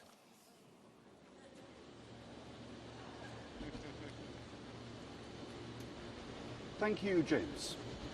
In my job, I spend a lot of time visiting businesses up and down the country. And so I wanted Conference to see what I see and meet some of the people that I meet. And so we're here live at the Manufacturing Technology Centre, just outside Coventry, to talk about our industrial strategy and how it's helping us seize some of the amazing opportunities that are opening up before us today. So I'm with Neil, who helps run the MTC. Welcome back, Greg. It's good to be back. Now tell us, Neil, about the MTC and what it does for manufacturing in Britain today. Well, we're an independent research and technology organisation. We're a partnership between government, industry and academia, and we take those great ideas that come out of our academic base and we scale them up to the point where industry can actually use them. So it's about the D side of R&D. We've got a brilliant reputation for discovery, but sometimes we let slip through our fingers in the past the deployment of this technology. So you help with that here. Yeah, we develop the technology to the point where a business can actually use it and get it deployed on the factory floor and improve their productivity. And you say you work with businesses. How many businesses would you work with? Last year we worked with 500 different organisations, and 100 of those became industrial members who have a real long-term relationship with us where we help them develop their technology strategy. We've got behind us, I don't know whether the conference can see, two pretty big robots. Yeah. What's their role in advanced manufacturing? Well, robots and digitisation are a huge part of the future factory. So can I introduce you to Andy, who's Hi, Andy. one Good to see you. of the thought leaders in Europe on what the future factory looks like. So the factory of the future, is this, we see robots there, is it going to be all robots and no people? What's the interaction going to be? No, not at all. So we believe at the MTC that there'll always be a place for human skill, dexterity and intuition in manufacturing processes. So our job here is to develop systems where the humans and the robots can work together in a collaborative, safe working environment. And we'll talk a bit later about how some of those skills are being developed as well. But just talking about robotics and this particular type of technology, what industries is it being deployed in most successfully? So automotive obviously has been the forefront of automation for many, many years. Especially here in the West Midlands. The aerospace, construction, food and drink, and even outer space itself. So outer space, I mean, this is an amazing story for the UK. We know that globally the satellite industry is booming. When you think of GPS or monitoring crops from space, the applications extend every single day. And we in the UK are the world's leader in the next generation of small satellites. Over half are manufactured here in the UK. And I think you make a contribution to the development of that technology. Yes, so we're working closely at the moment with some local universities, developing a manufacturing hub specifically for that sector and trying to transfer some of the innovative technologies like additive manufacturing into that industry. And so it's a very successful industry. It's going to get better because, again, as part of our industrial strategy, we've launched the next satellite launch pad, the first one in the whole of Europe. At the moment, when we make these satellites, we've got to ship them out either to South America or to Asia to launch them. We will have the first launch pad in Europe, in the north of Scotland, which will make us even more attractive for this expanding industry. But Andy, you mentioned that skills are important. We've talked about R&D and the deployment of technology. making sure that skills in the workforce keep up with that is important. But I want to talk about some of the other features of the industrial strategy, in particular small businesses. And I think we're going to meet one or two of your colleagues to talk about that. If I can take you over here. So we work with the global multinationals, but we also work with small supply chain companies. And this is Dean, who runs our very successful small business support program, and Lucy, who runs our design team. Nice to meet you. Good to see you. Now, so we've got some very good, very big manufacturers here, but it's crucial. We've always been in the UK a place that incumbents can't take their position for granted. We have insurgents. We have businesses that are challenging them. So how can you help some of those household names of the future? Well, here at the MTC, we're an open collaboration centre. Last year we had over 35 visitors. A lot of those were SMEs, but we're really proud of having the members, the big corporate members, because they set the challenges for strategy and for the technical problems for the future. So, but around those companies, it really is how the SME and the supply chain delivers into those for the future, and they are the ones that need to adopt these technologies for the future to be competitive on a global scale. And we do that here because we have a dedicated team of manufacturing engineers who firstly go out to the SMEs, they assess the SME, talk to them about what the technologies are coming into the market for the future, and then we bring them here to actually see, test, feel and trial out these new technologies, then hold their hand to implement them back into their own production processes. So they're SMEs, but also I think it's startups. It's people that have an idea, but perhaps not a company yet to develop it, and that is something that you specialise in as well. Absolutely. Well, a couple of months ago, the Chancellor opened here our new product incubation centre, and in that centre we bring new startups in for the first couple of years of their life to be able to help them design their new products and manufacture their new products. And for that, we need our excellent engineers here. And Lucy heads up part of our design team who helps us bring those products to market.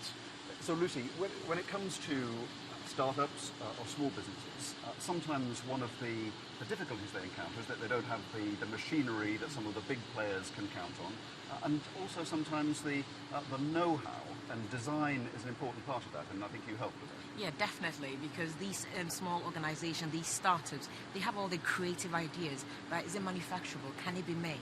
That's where we come in. We use our skills, our design for manufacture skills, our people, together to work with them to create their first prototype and their seed product, and we test it on the market. That way, they're able to compete on a more global scale. Because sometimes it's the case, isn't it, that they've got a great idea, yes, but actually they may not be able to sell it at the market because they haven't taken advantage of the low-cost production techniques, and so you can take an idea and help them make it sell. Exactly that. So we use our people, our facilities, we test it on a low-cost basis. It's an agile environment. I mean, look at the facilities we've got here. And then once we help them develop that seed product, we test it on the market to see if it is sustainable. And if it is, we let them go. That way they're able to compete locally, regionally, on a global scale. Fantastic, brilliant. Now, we've talked a lot about skills, we've talked about research and development, we've talked about supporting small businesses and startups. People, crucial pillar of our industrial strategy. Neil, I know you've got a marvellous apprenticeship programme here. Well, can we talk about some of the stars of that programme? We realised that we wouldn't get the technology into the supply chain companies if we didn't create the people with the knowledge, and that's why we have Melissa and Rishi here. Hi, Melissa. Hi, Rishi. Thanks for joining us this morning. Now, Melissa, you're in the second year, I think, of your apprenticeship. Now, yes, I've just started. Just started that. So tell us how you chose to do an apprenticeship in engineering. What was in your mind when you chose that? So when I finished my GCSEs, I had to find out what I wanted to do afterwards. So I thought, what do I enjoy doing? I enjoy the practical work, the hands-on stuff. So when I was doing my research, I found out that engineering was what could help me out with that. So as I came here to MTC for an open evening, I saw what they did. I enjoyed the technology. I liked it. So I ended up coming here. Now, it's still sadly the case that there are more young men than young women that go into engineering. So what did your friends say when you said that you were going to be an engineer? Most of my friends were quite shocked, but it wasn't my friends that were mostly shocked. It was my mum that I had to yeah, I had to convince her because she still has that old-fashioned traditional thought that engineering is all mechanical, like you're underneath cars, fixing cars, surrounded by men, that it's a dirty industry. So I had to like convince her, but I finally managed to convince her now because I mean the facilities here are so clean and great and the technology is amazing, and I think that's something we need to get across to other young women out there so that they can know that you can actually do a lot of other things here. So there's not much dirt, and there are men, but they're quite nice, and there are lots of women too. Exactly, yeah. Now Rishi, you've just finished your apprenticeship, and congratulations on that. So what next for you? So I'm currently undertaking a degree with Warwick University, part-time. Part-time while you're working, so you're earning while you're learning, I assume? Yeah, absolutely. Yeah. And the next step for me is to become a technical specialist within the field I work in, which is CNC machining, which is essentially computer numerically controlled machines, which is a form of subtractive manufacture. So it's directing the machine to cut away materials. Absolutely, yeah. By a computer. Yeah. And that's one major technology. How does that take its position against additive manufacturing, laser printing, and the creation of new products through printed parts? So Greg, we've realised here that we need the sort of skills that Rishi has to then convert into the engineers of the future for additive manufacturing. So additive will take a very strong position in the future manufacturing landscape, but we know that we need the CNC machining skills to then go into that additive manufacturing supply chain. So you do both? We do both, and we're developing those training courses now to convert people from one to the other. Absolutely. Well, great to meet you both, and good luck for the next stages of your careers. It's great to meet you. Now, we've talked about research and development, we've talked about helping small businesses, we've met some fantastic young people who are being trained in the skills of the future. Another important pillar of our industrial strategy is the importance of place.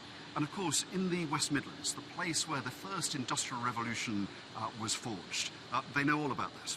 And I've had the privilege of working very closely with our Mayor of the West Midlands, Andy Street, and he's about to launch the West Midlands Industrial Strategy, which is part of our overall industrial strategy, and he's here with me today to say a bit about what it contains. Good morning, Greg. Great to be here.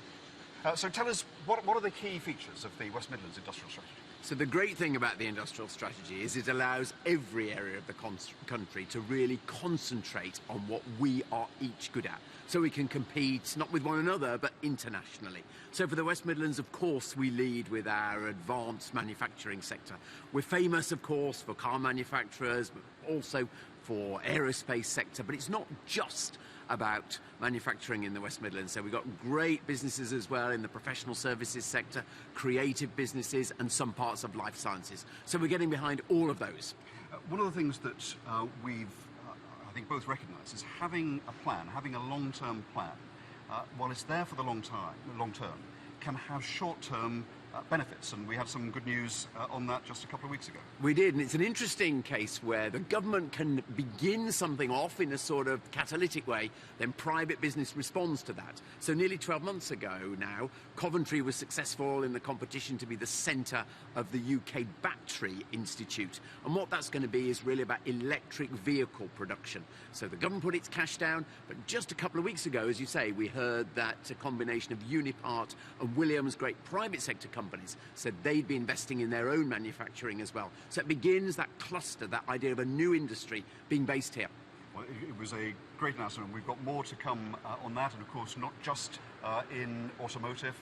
On the back of the life sciences part of the industrial strategy, we had a major commitment from a global life sciences company, MSD, to invest for the future on the basis of that strategy. It's great to have you here today, Andy. Thank you. Outside Coventry. It's been fantastic to see everything come to life here on the shop floor. We'll have lots of discussions about Brexit this week.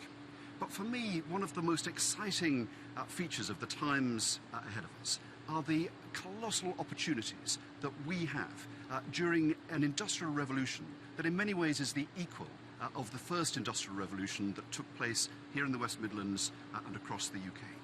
If we think about some of the changes that are taking place in almost every industry in the world, artificial intelligence and the analysis of data, the future of mobility, electric vehicles, autonomous vehicles, the astonishing breakthroughs in medical science, and the change in almost every country in the world, from polluting sources of power and its use to clean energy. And in each of these areas, in each of these four grand challenges that the world is facing, the UK has a leading position, and it's one that we must capitalise on during the years ahead. The industrial strategy is precisely forged to enable us to do that.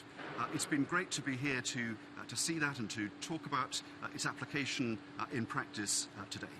Thank you for joining us. I'm going to hand back, James, to you in the hall, but thank you to all colleagues in the hall for seeing a bit of what's going on here in just outside Coventry, in Anstey, just outside Coventry, in the West Midlands this morning.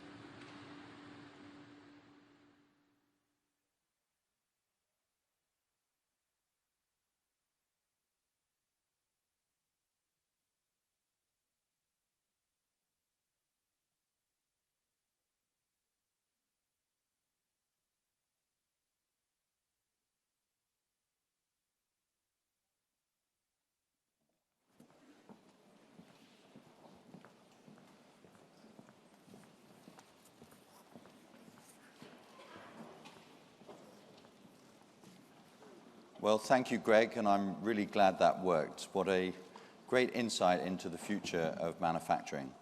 Conference, we will shortly be hearing from the Chancellor of the Exchequer, but first it gives me great pleasure to welcome the Chief Secretary to the Treasury, Liz Truss.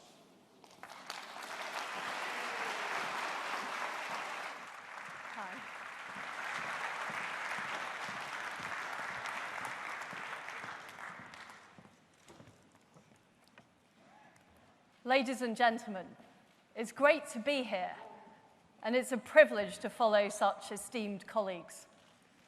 Of course, conference is something I look forward to every year.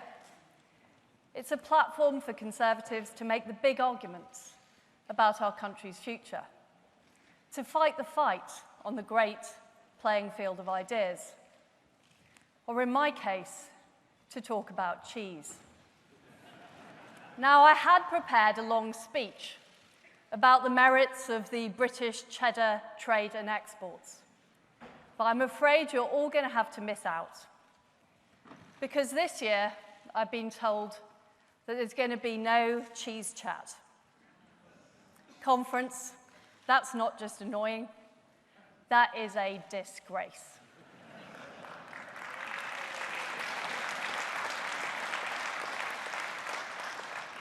So instead, today I'm going to talk about the Treasury, my relationship with Philip Hammond, and the important work we're doing to prepare Britain for Brexit and the opportunities ahead of us.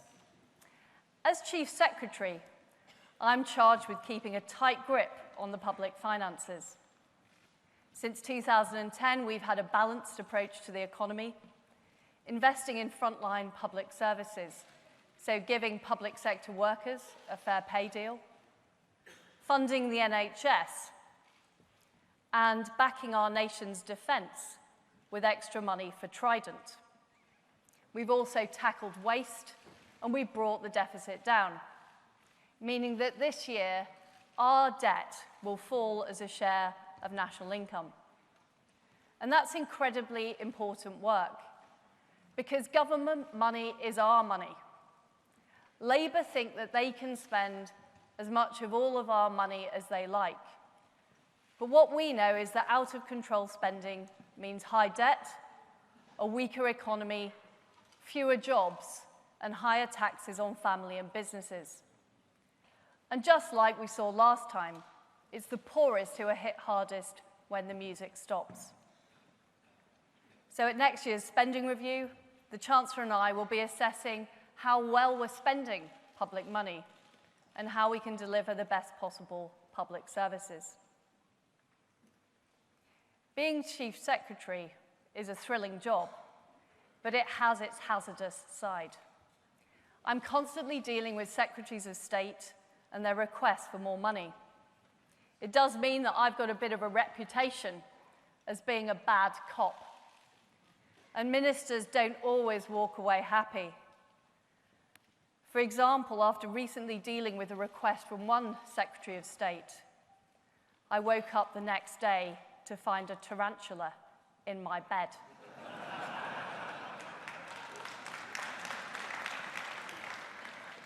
And what I've learned from that experience is don't mess with David Mundell. Just to be clear, that was a joke. I must admit that I have been told by Treasury spads not to make any jokes, because they don't always go according to plan. But anyone who knows me knows that I hate the government telling me what to do.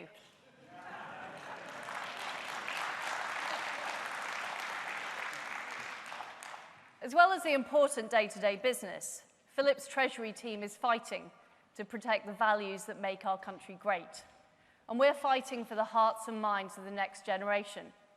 Because we've got to challenge the idea that young people are a bunch of Corbynistas. The young people I've met are not heading for the nearest commune. They're entrepreneurs, they're disruptors, they're change makers. And they want a smart and efficient government which has a role but doesn't get in the way of what they're doing. They're compassionate and they care about the public good, but they're also fiercely entrepreneurial and independent. And they're exactly the people Labour are talking about when they describe business as the enemy. It's our duty to challenge Labour's warped ideology that says that personal ambition and success must have come through abuse of the system. That instead, our economy should be run by a committee of Jeremy Corbyn, John McDonnell, and Diane Abbott, those people who have never run anything in their lives.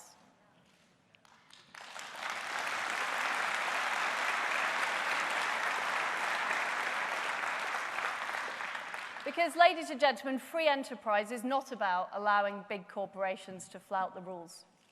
It's the opposite of that. It's about the power of competition to deliver lower prices and better services for consumers. And it's about the power of people to be able to transform their own lives, but also the lives across our country and their communities.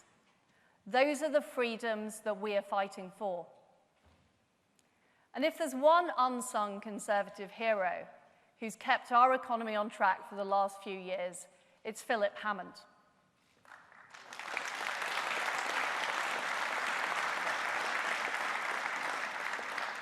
He's the boy from Essex with the punk hair and leather jacket. He doesn't often wear it to the office, but he has become the steady hand on the tiller of our economy. In the Treasury, we know him as No Frills Phil, because he's a no-nonsense Chancellor. He champions young entrepreneurs, he supports new technologies like 5G, making sure our economy is fit for the future. And he ensures we spend money in a smart way that delivers results, preparing Britain for a successful future outside the EU, keeping the burden of taxes under control. We've cut income tax for the basic rate taxpayer by £1,000. Philip has lifted infrastructure investment to the highest in 40 years. He's helped craft groundbreaking T-levels to make sure that our young people are getting the skills they need into work. And he's worked with the Prime Minister on our modern industrial strategy to boost the economy and create high-paid jobs. And most important of all, in a time of extraordinary change, he's provided the integrity and stability our country needs to succeed. He is a man of principle with a deep sense of patriotism and optimism about our future. And he's a man that I am proud to call my boss.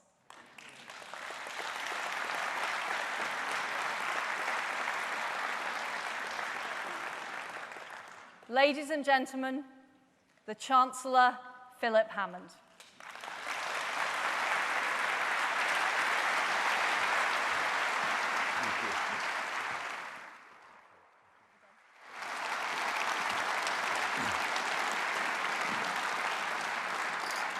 Well, thank you, Liz, for that introduction. Thank you for tearing yourself away from your beloved Instagram for a few minutes. And thank you, too, for being such a great Chief Secretary and stalwart defender of the public purse. I'll tell you, ladies and gentlemen, my kids think I'm tight with money, but they haven't met Liz Truss.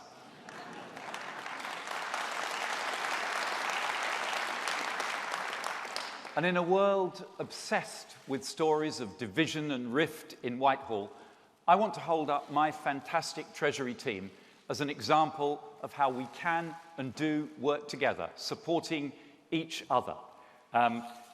Liz herself, ministers, Mel Stride, John Glenn, Rob Jenrick in the Lords, Michael Bates, our whips, Craig Whitaker and Lord Young, and our PPS team of Hugh Merriman and Gillian Keegan, led by the inimitable Kwasi Kwarteng. They all do a great job, and they deserve a big round of applause.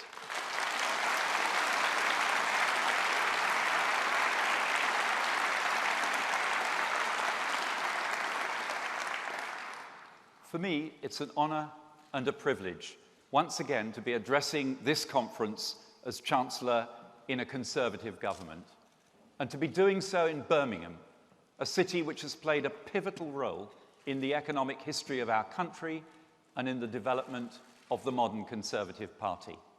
The birthplace of the steam engine, a city which launched an entire new age and went on to become the workshop of the world, paving the way for the prosperity of the Victorian era, and which today is reinventing itself yet again as the heart of the Midlands engine, under a great Conservative Mayor, Andy Street.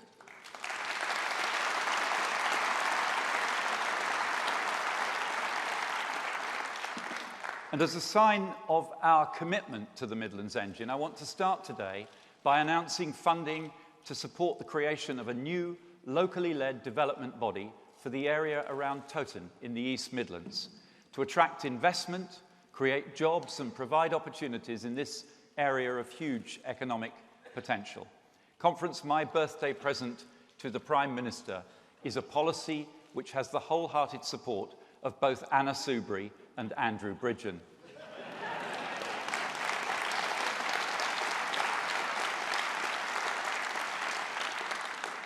Now, I've got some good news for you.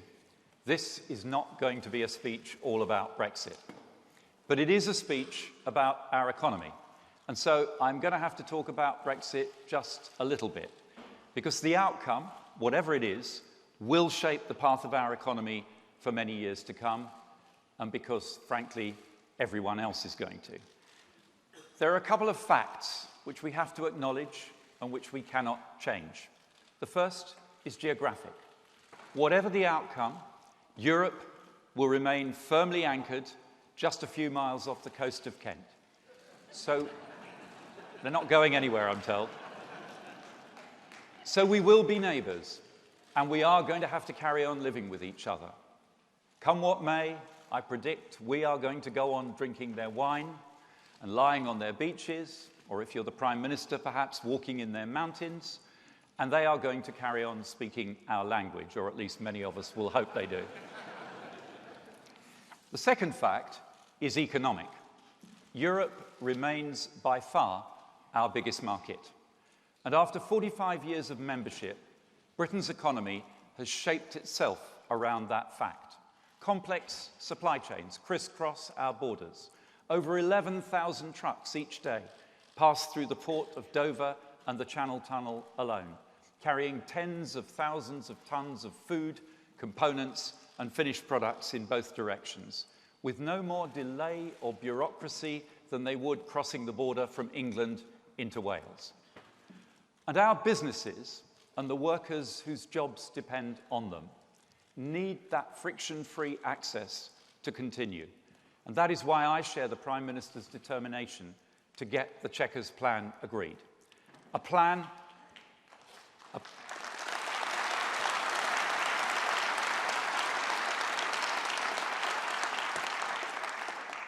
plan which delivers on the decision of the British people in the referendum, avoids a hard border in Ireland, preserves our precious union and safeguards British jobs and British businesses. Now, Mr. Tusk says it won't work. But that's what people said about the light bulb in 1878. And our job now is to prove him wrong.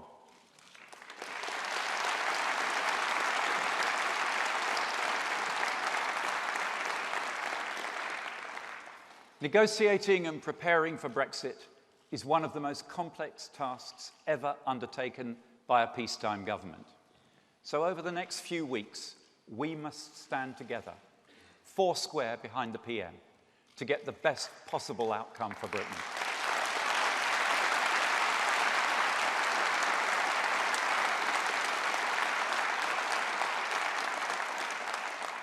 While at the same time taking the precaution of preparing for the possibility of no deal. And I want you to be in no doubt that I will maintain enough fiscal firepower in my locker to support our economy if that happens. But I'm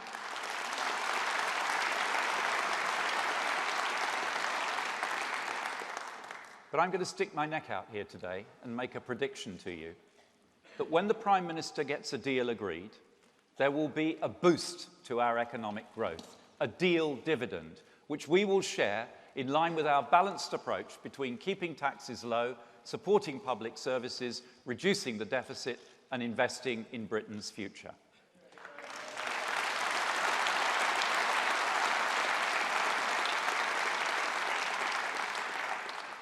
But there is another reason why we must stand together, and I want to make a plea to you, Conference, not as Chancellor, but as an ordinary member of the Conservative Party.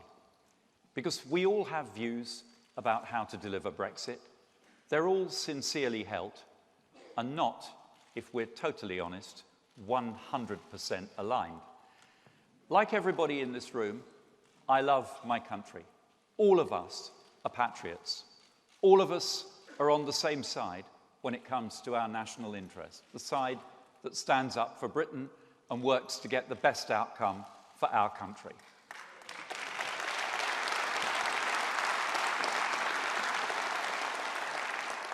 The point is this: Brexit is important, of course it is. And let me be clear, it is going to happen because that is what the country voted for. But when the Brexit debate is over, and difficult as it is today to imagine it, I promise you one day it will be, our work as Conservatives will not be. Because more than ever, Britain will need a strong leadership to see off the threat to our prosperity from Corbyn and to lead our country into our post-Brexit future. Leadership that only a united Conservative Party can provide.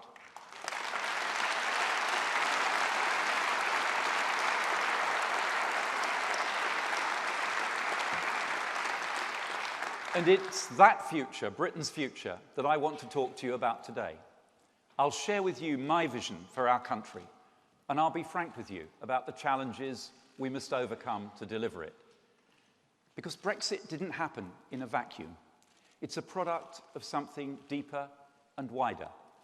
It happened because over the last 20 years or so, as the world has got smaller, a gap has opened up in Britain and in other developed countries between the theory of how a market economy delivers and distributes rising prosperity and the reality experienced by ordinary people.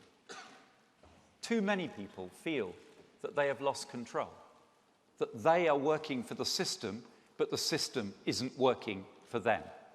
Too many people have experienced years of slow wage growth. Too many struggle to make ends meet. They feel less secure in their jobs and have seen the housing market spiral beyond their reach. And as they look around them, they feel a growing concern that they are falling behind, and that when they voice those concerns, the political system doesn't seem to hear them, doesn't reflect their values and priorities.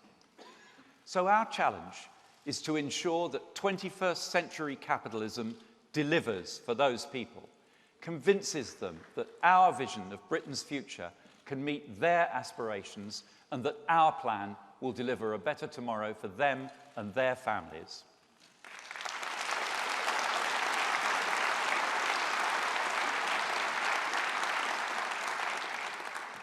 But the world is changing. So it isn't just about what people have experienced over the last 20 years, but about their hopes and their fears for the future. Technological change is transforming not only our economy, but our society and our politics at a rate that none of us in this hall have seen in our lifetimes. And in response, we as a party have to dare to change too, not by abandoning our enduring values and principles, but by applying them to the challenges of the future. And when the history books of this period come to be written, I can promise you that it will be this technological transformation and how we manage it, not Brexit, that will define the future of our country and our party.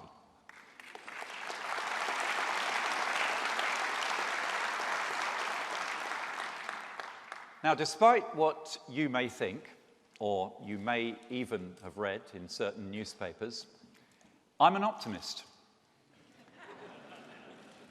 Well, I've heard some call me glass half full Phil. It depends, of course, who's buying. But I'm an enthusiast for the change that is coming and for the benefits it will bring to our society. And I'm committed to preparing Britain for it. In the next decade or so, artificial intelligence, self-driving cars, personalized medicine, virtual reality, advanced robotics, and many, many other cutting-edge developments will all begin to transform our lives. A future where cars don't pollute and we've all but eliminated traffic accidents. Where you're able to order and 3D print a product at home rather than waiting for it to be delivered. Where cancer is tamed, so that fewer of us have to go through the heartache of losing a loved one to this cruel disease. All of this is science fact, not fiction. All of it already taking shape now, not in the distant future. And most importantly, all of it happening here in the UK, in our world-leading universities, in our research institutes and laboratories, and in thousands of dynamic and innovative businesses in towns and cities across the length and breadth of Britain. But I understand that my enthusiasm for driverless cars may not be so readily shared by someone who earns their living driving a cab, and that home 3D printing may look more of a threat than an opportunity to someone who works for a parcel delivery firm. So we have to take our people with us, be open with them about the scale and nature of the change that is coming, about the disruption that change on this scale will inevitably bring. Set out clearly the benefits that individuals and families will see from the digital age, and how we will help them to prepare for it and to deal with the consequences of it.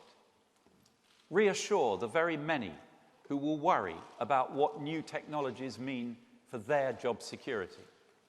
Worry that the gains will be made by the few and that they will be left behind. Show them that, crucially, the change that technology is driving will address their concerns, not make them worse. And we will do this by harnessing the power of the market economy, taking a model which has evolved continuously down the ages so that the capitalism of the 21st century looks nothing remotely like that of the 19th, and adapting it once again to address the challenges and speak to the values of a new generation.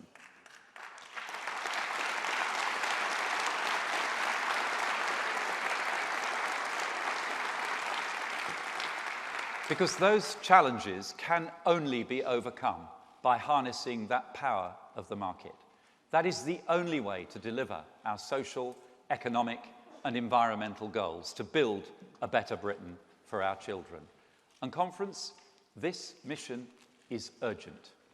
Because if we cannot make that case convincingly, if we cannot demonstrate our commitment to making that evolution happen, If we look for one moment like the party of no change, then we should not be surprised that some will be tempted by the dangerous populism of our opponents. Because it's clear from what we heard last week from Labour that this country now faces a choice. A choice between the seductive simplicity of the brave new world of Corbyn and McDonnell's populism, where the narrative is all about easy answers, and our pragmatism. A pragmatism which is sceptical of ideologues, which starts with the real world we live in and seeks to make it better.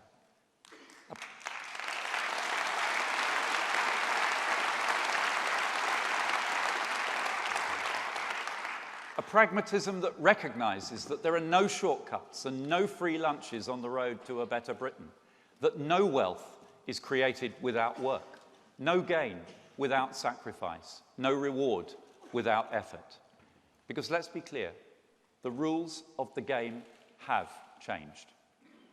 For goodness sake, we've got a shadow Chancellor of the Exchequer whose declared aim in life is fomenting the overthrow of capitalism. Now, Liz, that really is a disgrace.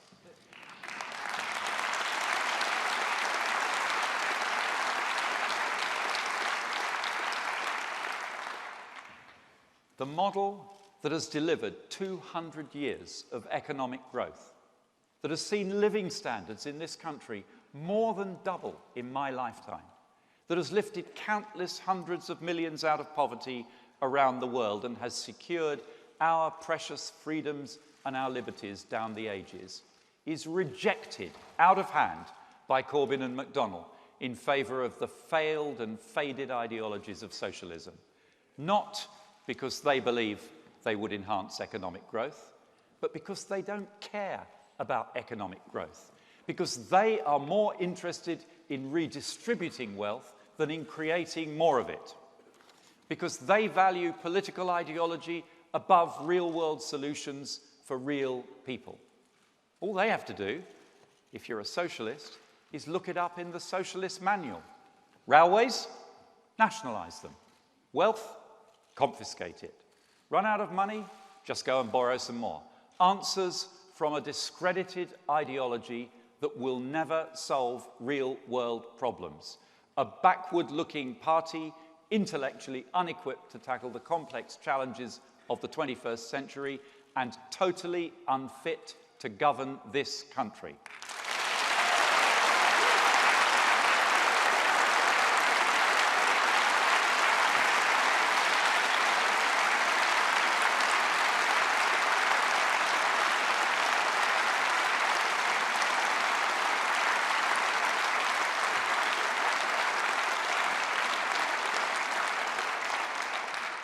Conference, Jeremy Corbyn boasts that Labour are a government in waiting.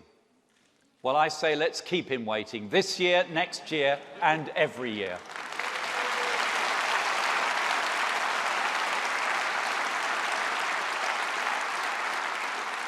But let me be clear about one thing. While Labour's answers will solve nothing, their questions deserve a response. And we must answer their challenges with our own conservative solutions, based on realism, not populism, delivery, not rhetoric. It's what we Conservatives have always done, and it's what we will do again, showing ourselves worthy of the privilege of governing post-Brexit Britain, harnessing the power of the market economy, focusing on the long-term and the structural, not the quick and the superficial. Because, Conference, we know that you can't get long-term change on Amazon Prime, order today and delivered tomorrow. As our party renews its mandate for the next generation, this is the ground on which we must fight. Margaret Thatcher, as so often, put it beautifully. She said, "We are in the business of planting trees for our children and our grandchildren, or we have no business being in politics at all."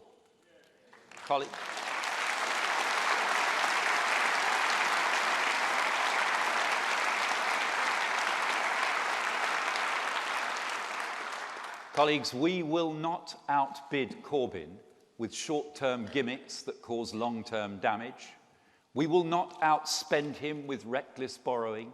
We will not promise the illusory utopia that he offers, because as those who have tried it have shown time and time again, it is based on a lie and it always ends in tears. But no one should mistake our belief in evolution over revolution for a lack of passion or commitment to change, to a paucity of values or ideals. Because throughout history, conservative governments from Peel to Disraeli to Thatcher have delivered momentous change, drawing on our values that have stood the test of time. The importance of family and community, the strength of our nation, united by history, culture, and identity, standing strong as a force for good in the world. The insight that economic freedom goes hand in hand with political freedom. And above all, the belief in the power of enterprise as the route to unleash talent and to improve lives. That is why we back business. We back business as the cornerstone of a successful economy, as a force for good in our society, and as an essential expression of our values. So just in case anyone, anywhere in the world was in any doubt at all, let me say it loud and clear. The Conservative Party is and always will be the party of business.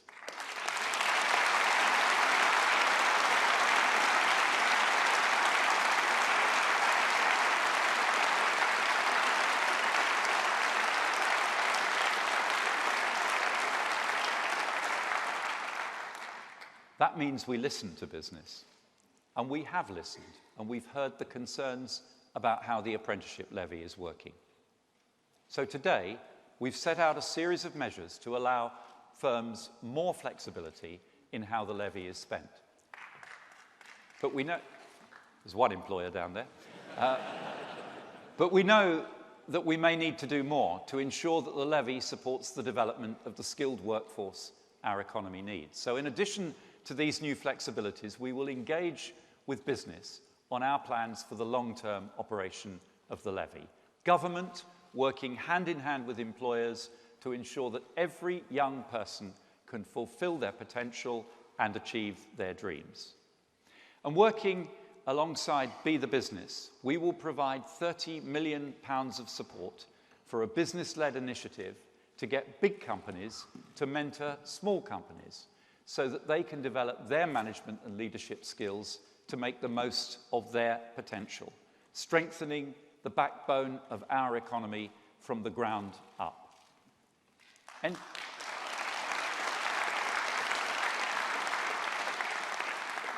enterprise, freedom, stability, family, community, nation. These are our Conservative values. They have served us well over the centuries past, and they will serve us well in the years ahead. Values do not change. The task before us now is to apply these values to the challenges of the 21st century. And we've made a start. 10 years on from the financial crisis, Conservative leadership has delivered Britain a stronger, more resilient economy. We've rebuilt our financial system, forcing the banks to operate with greater responsibility, protecting savers, insisting that our financial markets must serve our country and not the other way round. We've got Labour's deficit, which reached almost 10% of GDP, down to less than 2%. And this year,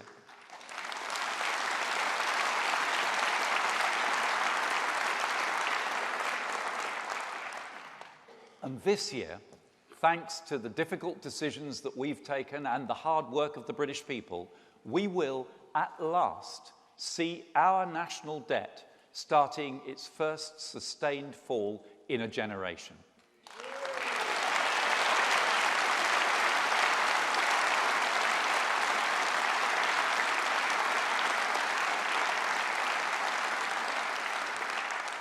We've delivered 8 years of economic growth since 2010, creating over 3 million more jobs and taking unemployment to a 43-year low.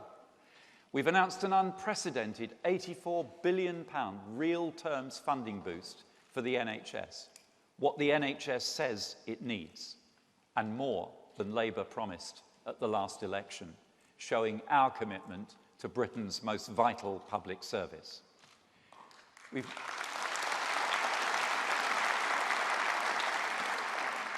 We've maintained Britain as the world's 5th largest economy and London as the world's financial capital. We've delivered tax cuts for 31 million people, and our national living wage has lifted the wages of the lowest paid in our society by £2,000 a year since 2016. And that means that income inequality is lower this year under a Conservative government than it was in every single year of the last Labour government.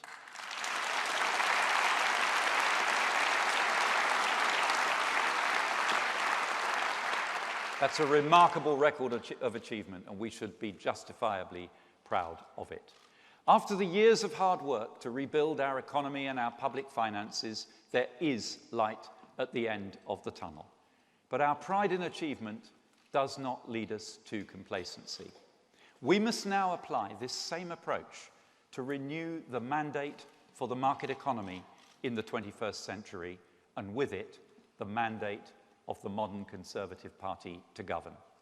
A focus on what is in the long-term interest of our country and our people, so that when those children and grandchildren of whom Margaret Thatcher spoke so eloquently ask us what our generation is doing for them, we can look them in the eye and tell them how we are building the better Britain we want to bequeath to them.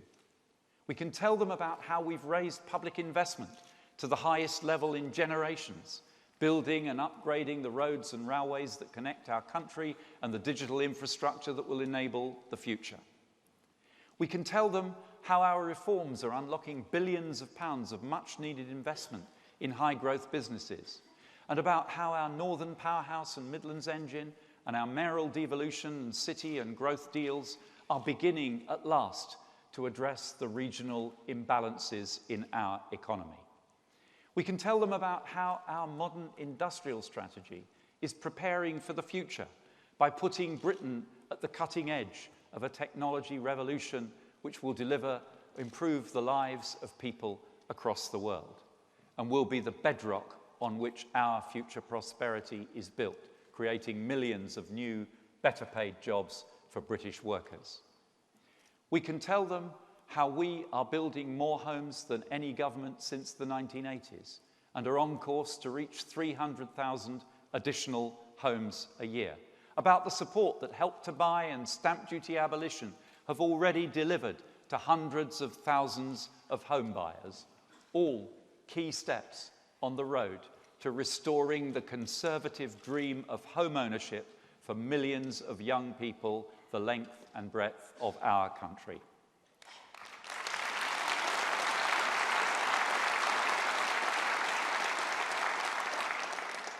And we can tell them how we are making sure that working people have the support they need to navigate the challenge of automation to a higher wage future, with a new system of T-level vocational training, millions of high-quality apprenticeships, and a world-first national retraining scheme.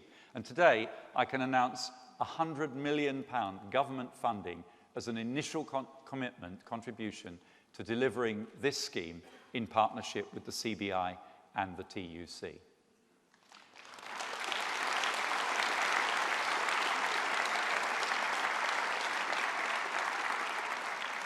And we can tell our children of our determination to update our market economy for the digital age. Adam Smith taught us that the key to the power of the market to deliver for the good of society is competition.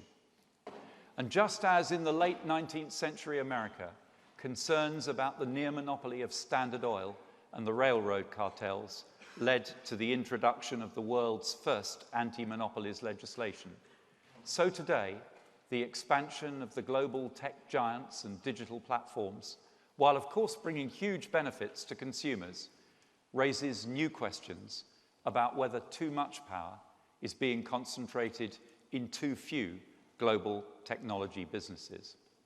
That's why I've asked President Obama's former chief economist, Jason Furman, to lead an expert panel to review the UK's competition regime to ensure that it is fit for the digital era. And it isn't just competition policy that needs updating. We can tell our children how we have led the debate on reforming the international tax system for the digital economy, insisting that the global internet giants must contribute fairly to funding our public services. And I want to be crystal clear today. The best way to tax international companies is through international agreements. But the time for talking is coming to an end, and the stalling has to stop. So if we cannot reach agreement, the UK will go it alone with a digital services tax of its own.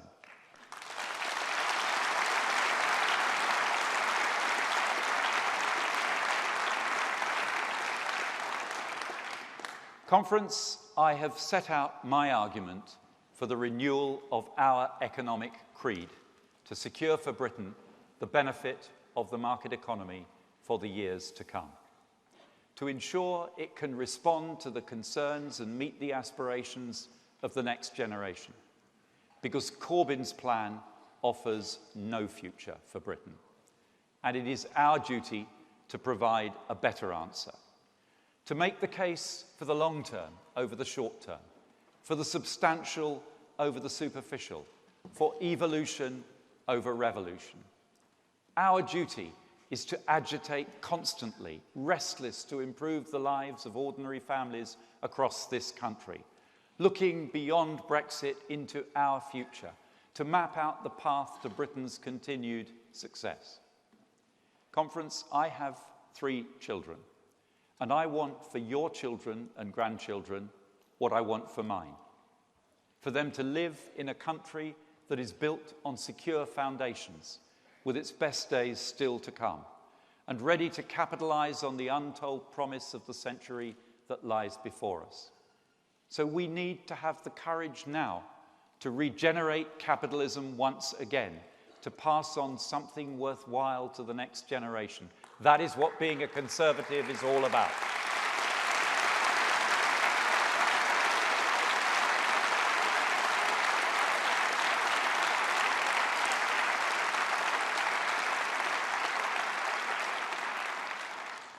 And to those who will say that the measured message of evolution will be drowned out by the shrill voices of the demagogues and the populists, I say, put our trust in the common sense of the British people, and they will put their trust in us.